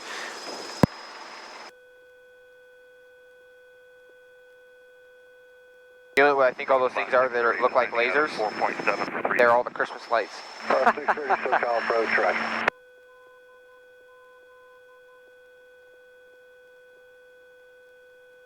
Somebody's got lasers for Christmas lights.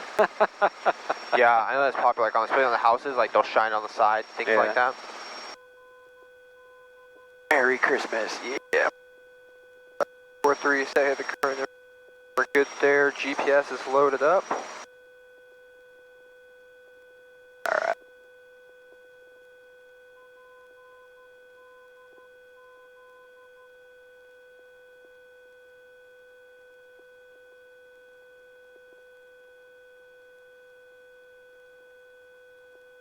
Alaska 630, the field is northeast 5 miles.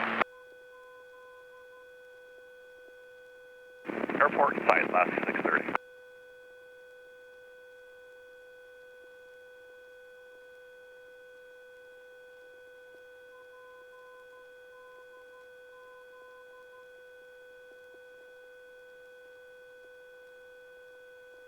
Alaska 630, cleared visual approach, runway 20 right. Copy that. Cleared visuals, 20 right. Alaska 630. Helicopter 8 Golf Mike, contact Fullerton Tower 119.1. Fullerton Tower 119.1, 8 Golf Mike, thanks. Approach control, good evening.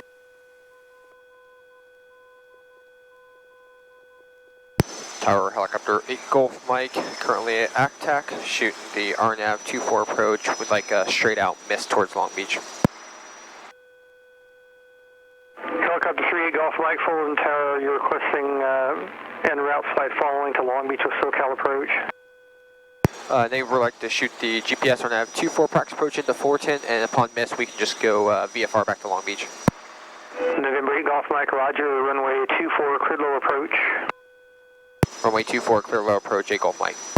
So you shot through your course. Okay.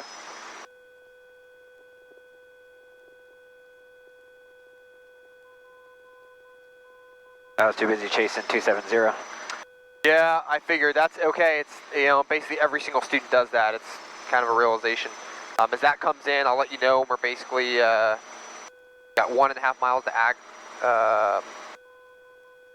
ACTAC, and at which point then we're going to jump on down to 900. Okay. Yeah, just let me know when to start the descent. Yeah. I'd come to the left a little bit. You're still right of course, so you want to get back and lined up. Now this is a GPS and not a localizer, so you don't have to worry about it moving around on you or anything or being insensitive. The GPS will stay consistent all the way down, which is super nice. Okay. And so is that our glide slope right there on the top left? If it does come in, don't worry about it. We're shooting the LNAV minimum, so we're not gonna. It basically, the V is like it has a vertical reference, but we're not necessarily going to use it. We're gonna pretend like it's not there. Okay.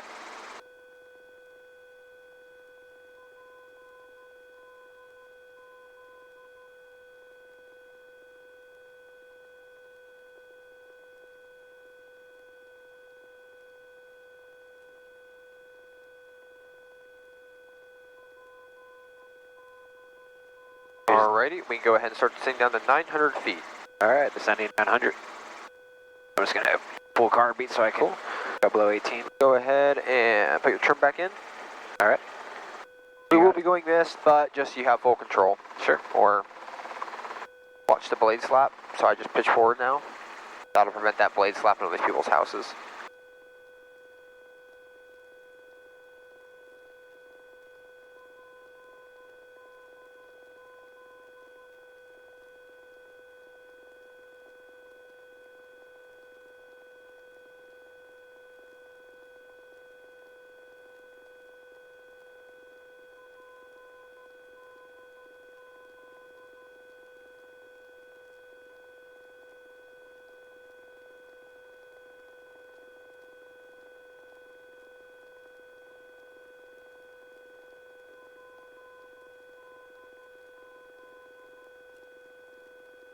Nice, smooth control movements.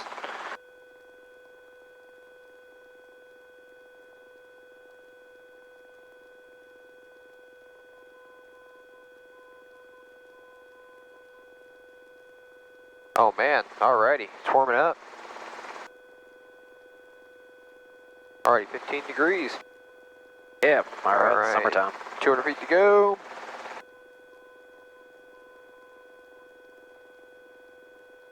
Approaching. Alright, sorry, I have 50 there to pull some power back in. Yep. Nice and smooth, not too much to start climbing.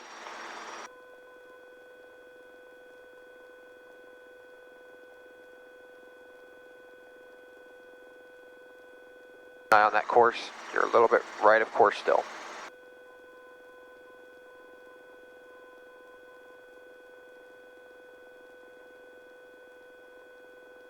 There's your 900, don't descend below it.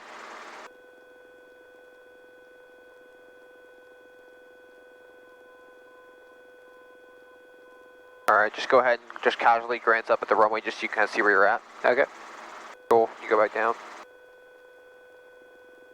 Tracking that course. Yeah.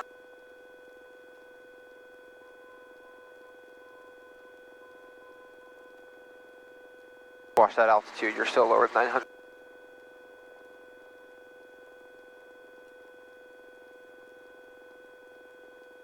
there no glide slope for this one? Nope. Nope, this is not an LPV approach. If it was LPV, which stands for localized performance and vertical navigation, that's when we get a glide slope. Got it. Or an LNAV plus V, we should get one because the V is for vertical reference, but not for following it. It's kind of a weird thing. Oh, did you see the glide slope come through? No. Okay, it's at the bottom. I think it's, oh well. And Tower Helicopter 38 Gold Mist is doing a straight out mist towards Long Beach. Helicopter 8 Golf Mike, roger, westbound departure approved, 1 able, squawk 1200. Squawk VFR, cruise change approved. 38 Golf Mike, you have a great night. Helicopter 8 Mike, correction 8 Golf Mike, frequency change approved, good night. Good night, 38 Golf Mike. Alrighty.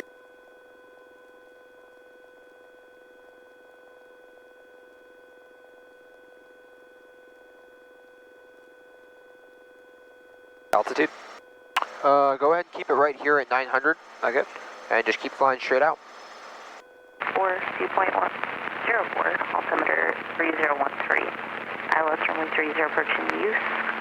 Runway 30, runway 26 left, runway 26 right in use. Advised runway request. All tower traffic. Fly heading 260. Are you see right there? We'll fly that.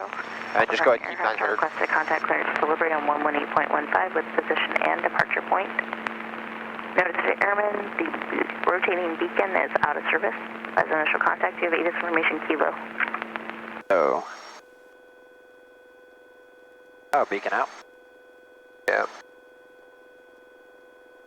Tower Helicopter 38 Golf Mike, currently 2 miles west of Fullerton. We'd like a North Downey arrival. Information Kilo, landing direct Ross. Helicopter 3 Golf Mike, Long Beach Tower, North Downey's approved for 1 mile north. 1 mile north, 38 Golf Mike. Alrighty, IFR controls. You have the controls? IFR controls. Alright, you can go ahead and take your foggles off, put them away. Nice. Ooh. Alright, I got them. Alright, you have flight controls. I got them. You have flight controls.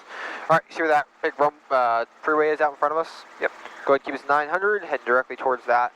We're going to do one of the approaches, and Long Beach is right over there. Man, what is this outside world that I've been missing? Yeah, it is. There's a reason why so many people kill themselves, unfortunately, in helicopters. It is really sad, but just what happens. You've been out here having the time of your life, man. Full visual, I'm staring at the gauge.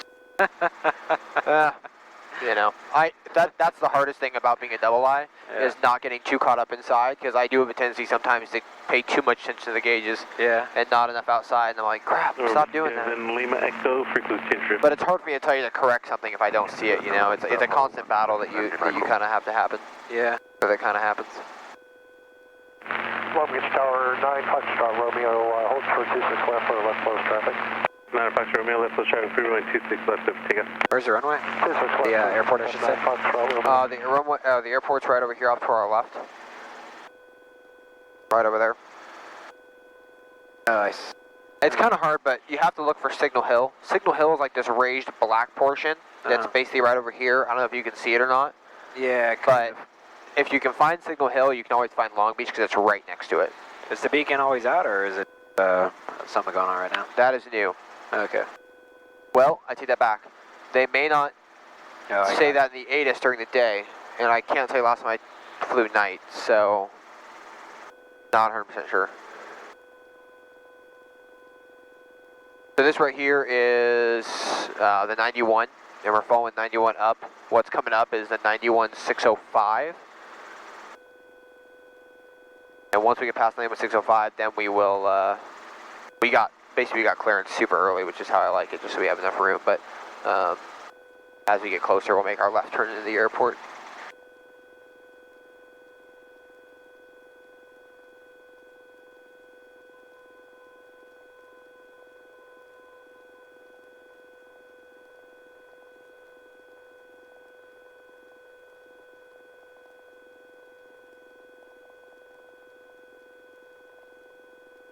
Oh, big football game.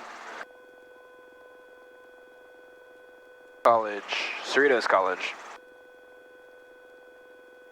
Like some on the marching band or something. Time show. Yeah, that's cute. Sports guy at all? You know, I dabble, but you know, nothing too much.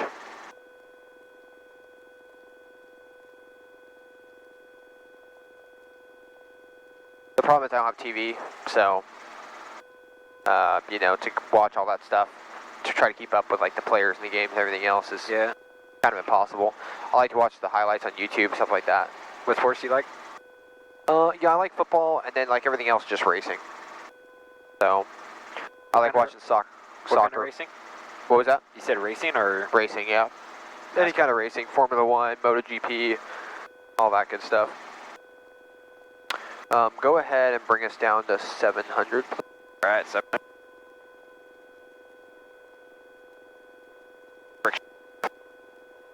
So just going full car, Pete.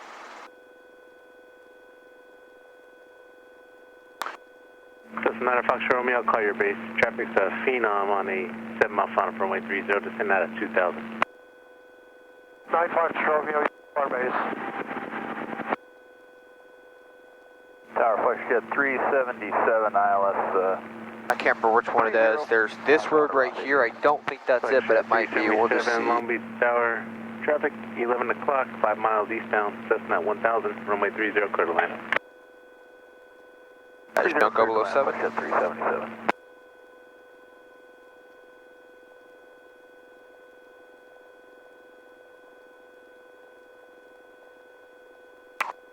Yeah, I think that's it. I think.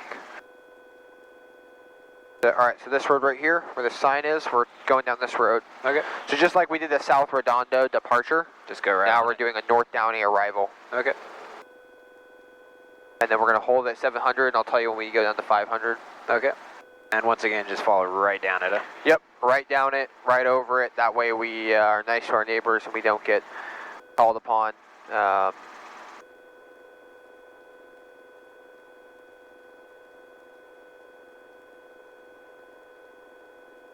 And actually, it is that road. We're going to come over to the right one more. All right. Go right across? Yep, just go ahead and cut right across. Helicopter 3 Golf Mike, traffic 1 o'clock and 1 mile westbound, helicopter at 600. All right, looking for traffic inside 3 Golf Mike.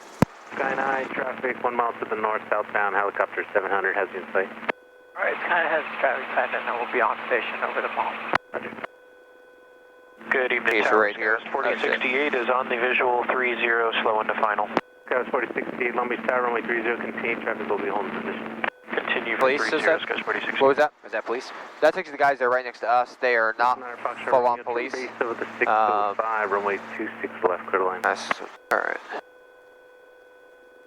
Base over the 605, gets like full. Go ahead and start seeing down to 500. All right. 500. Tower 3 Golf Mike, 1 mile north. Helicopter 3 Golf Mike, land at Ross will be at your risk. Letting you off your own risk, 3 Golf Mike. Alright, you'll kind of follow this road. This little curvy one? Yep.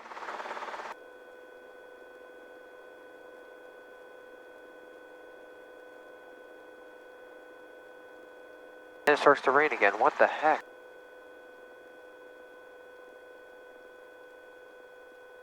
Alright, 500. And yeah, just kind of hold this. We're just going straight right now. And once we pass these homes, start slowing it down. Just hold your 500. Runway 30, clear to line. Clear to land 30, skies 46 feet.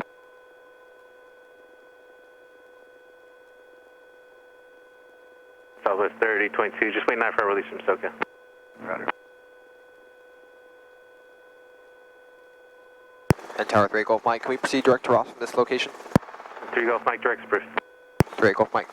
Big lights, go ahead and point towards them. That's our landing spot. Okay. So just go ahead and start lowering more collective and keep it coming down. Selection 377, turn Start slowing it down. I'd lower a lot of collective. You're really high, so. Lowering. There you go. A little bit slower, try to get to 40 knots.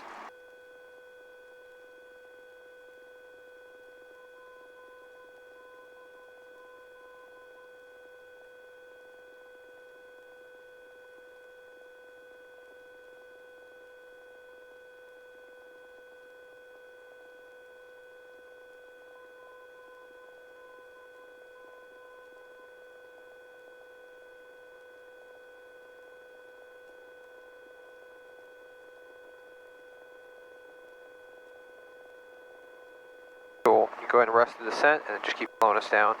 Alright. I'm going to come on here with it just a little bit.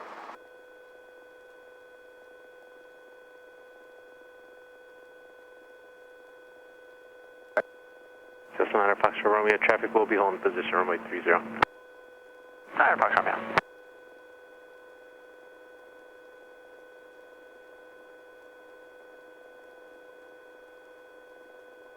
Alrighty, you're still on it? Yep, I'm on it. The left pedal, cool. We're going to put it just to the left of that red helicopter. Okay.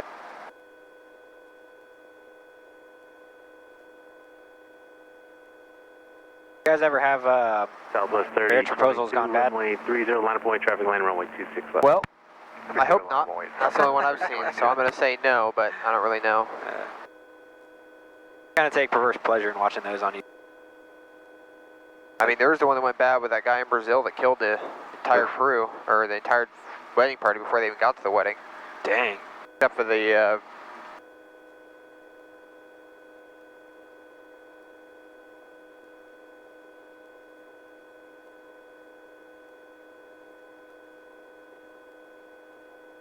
That was 4068, turn right, kilo, cut to ground. Kilo to ground, skies 4068.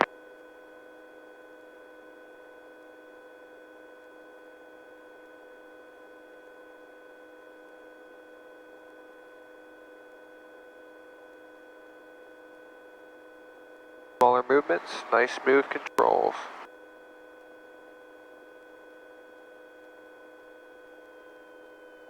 Alright, full tank. Roll down 75.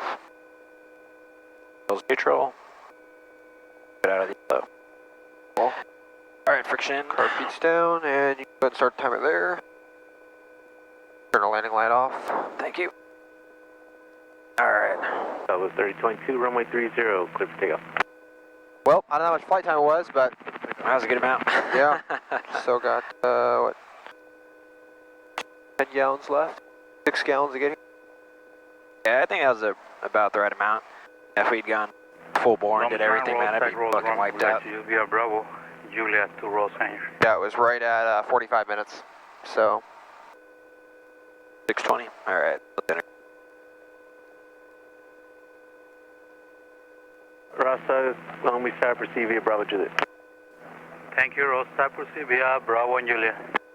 You got a receipt from, It's not yeah, Foxtrot, cool. mention the Foxtrot 4, contact ground. Turning left Foxtrot forward, contacting Bravo 9 Foxtrot Romeo.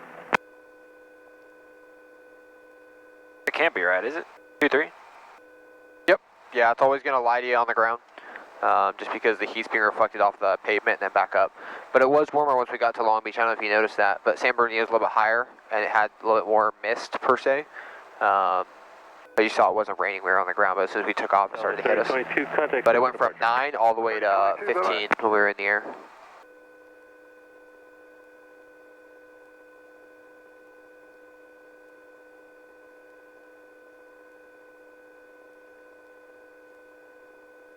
Good to go ahead and roll off now. It's below the F, so we can go into it.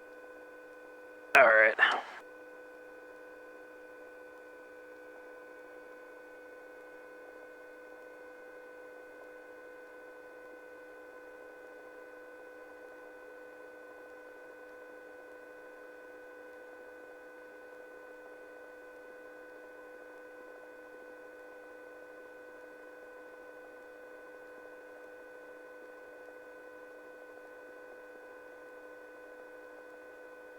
All right, that's good right there.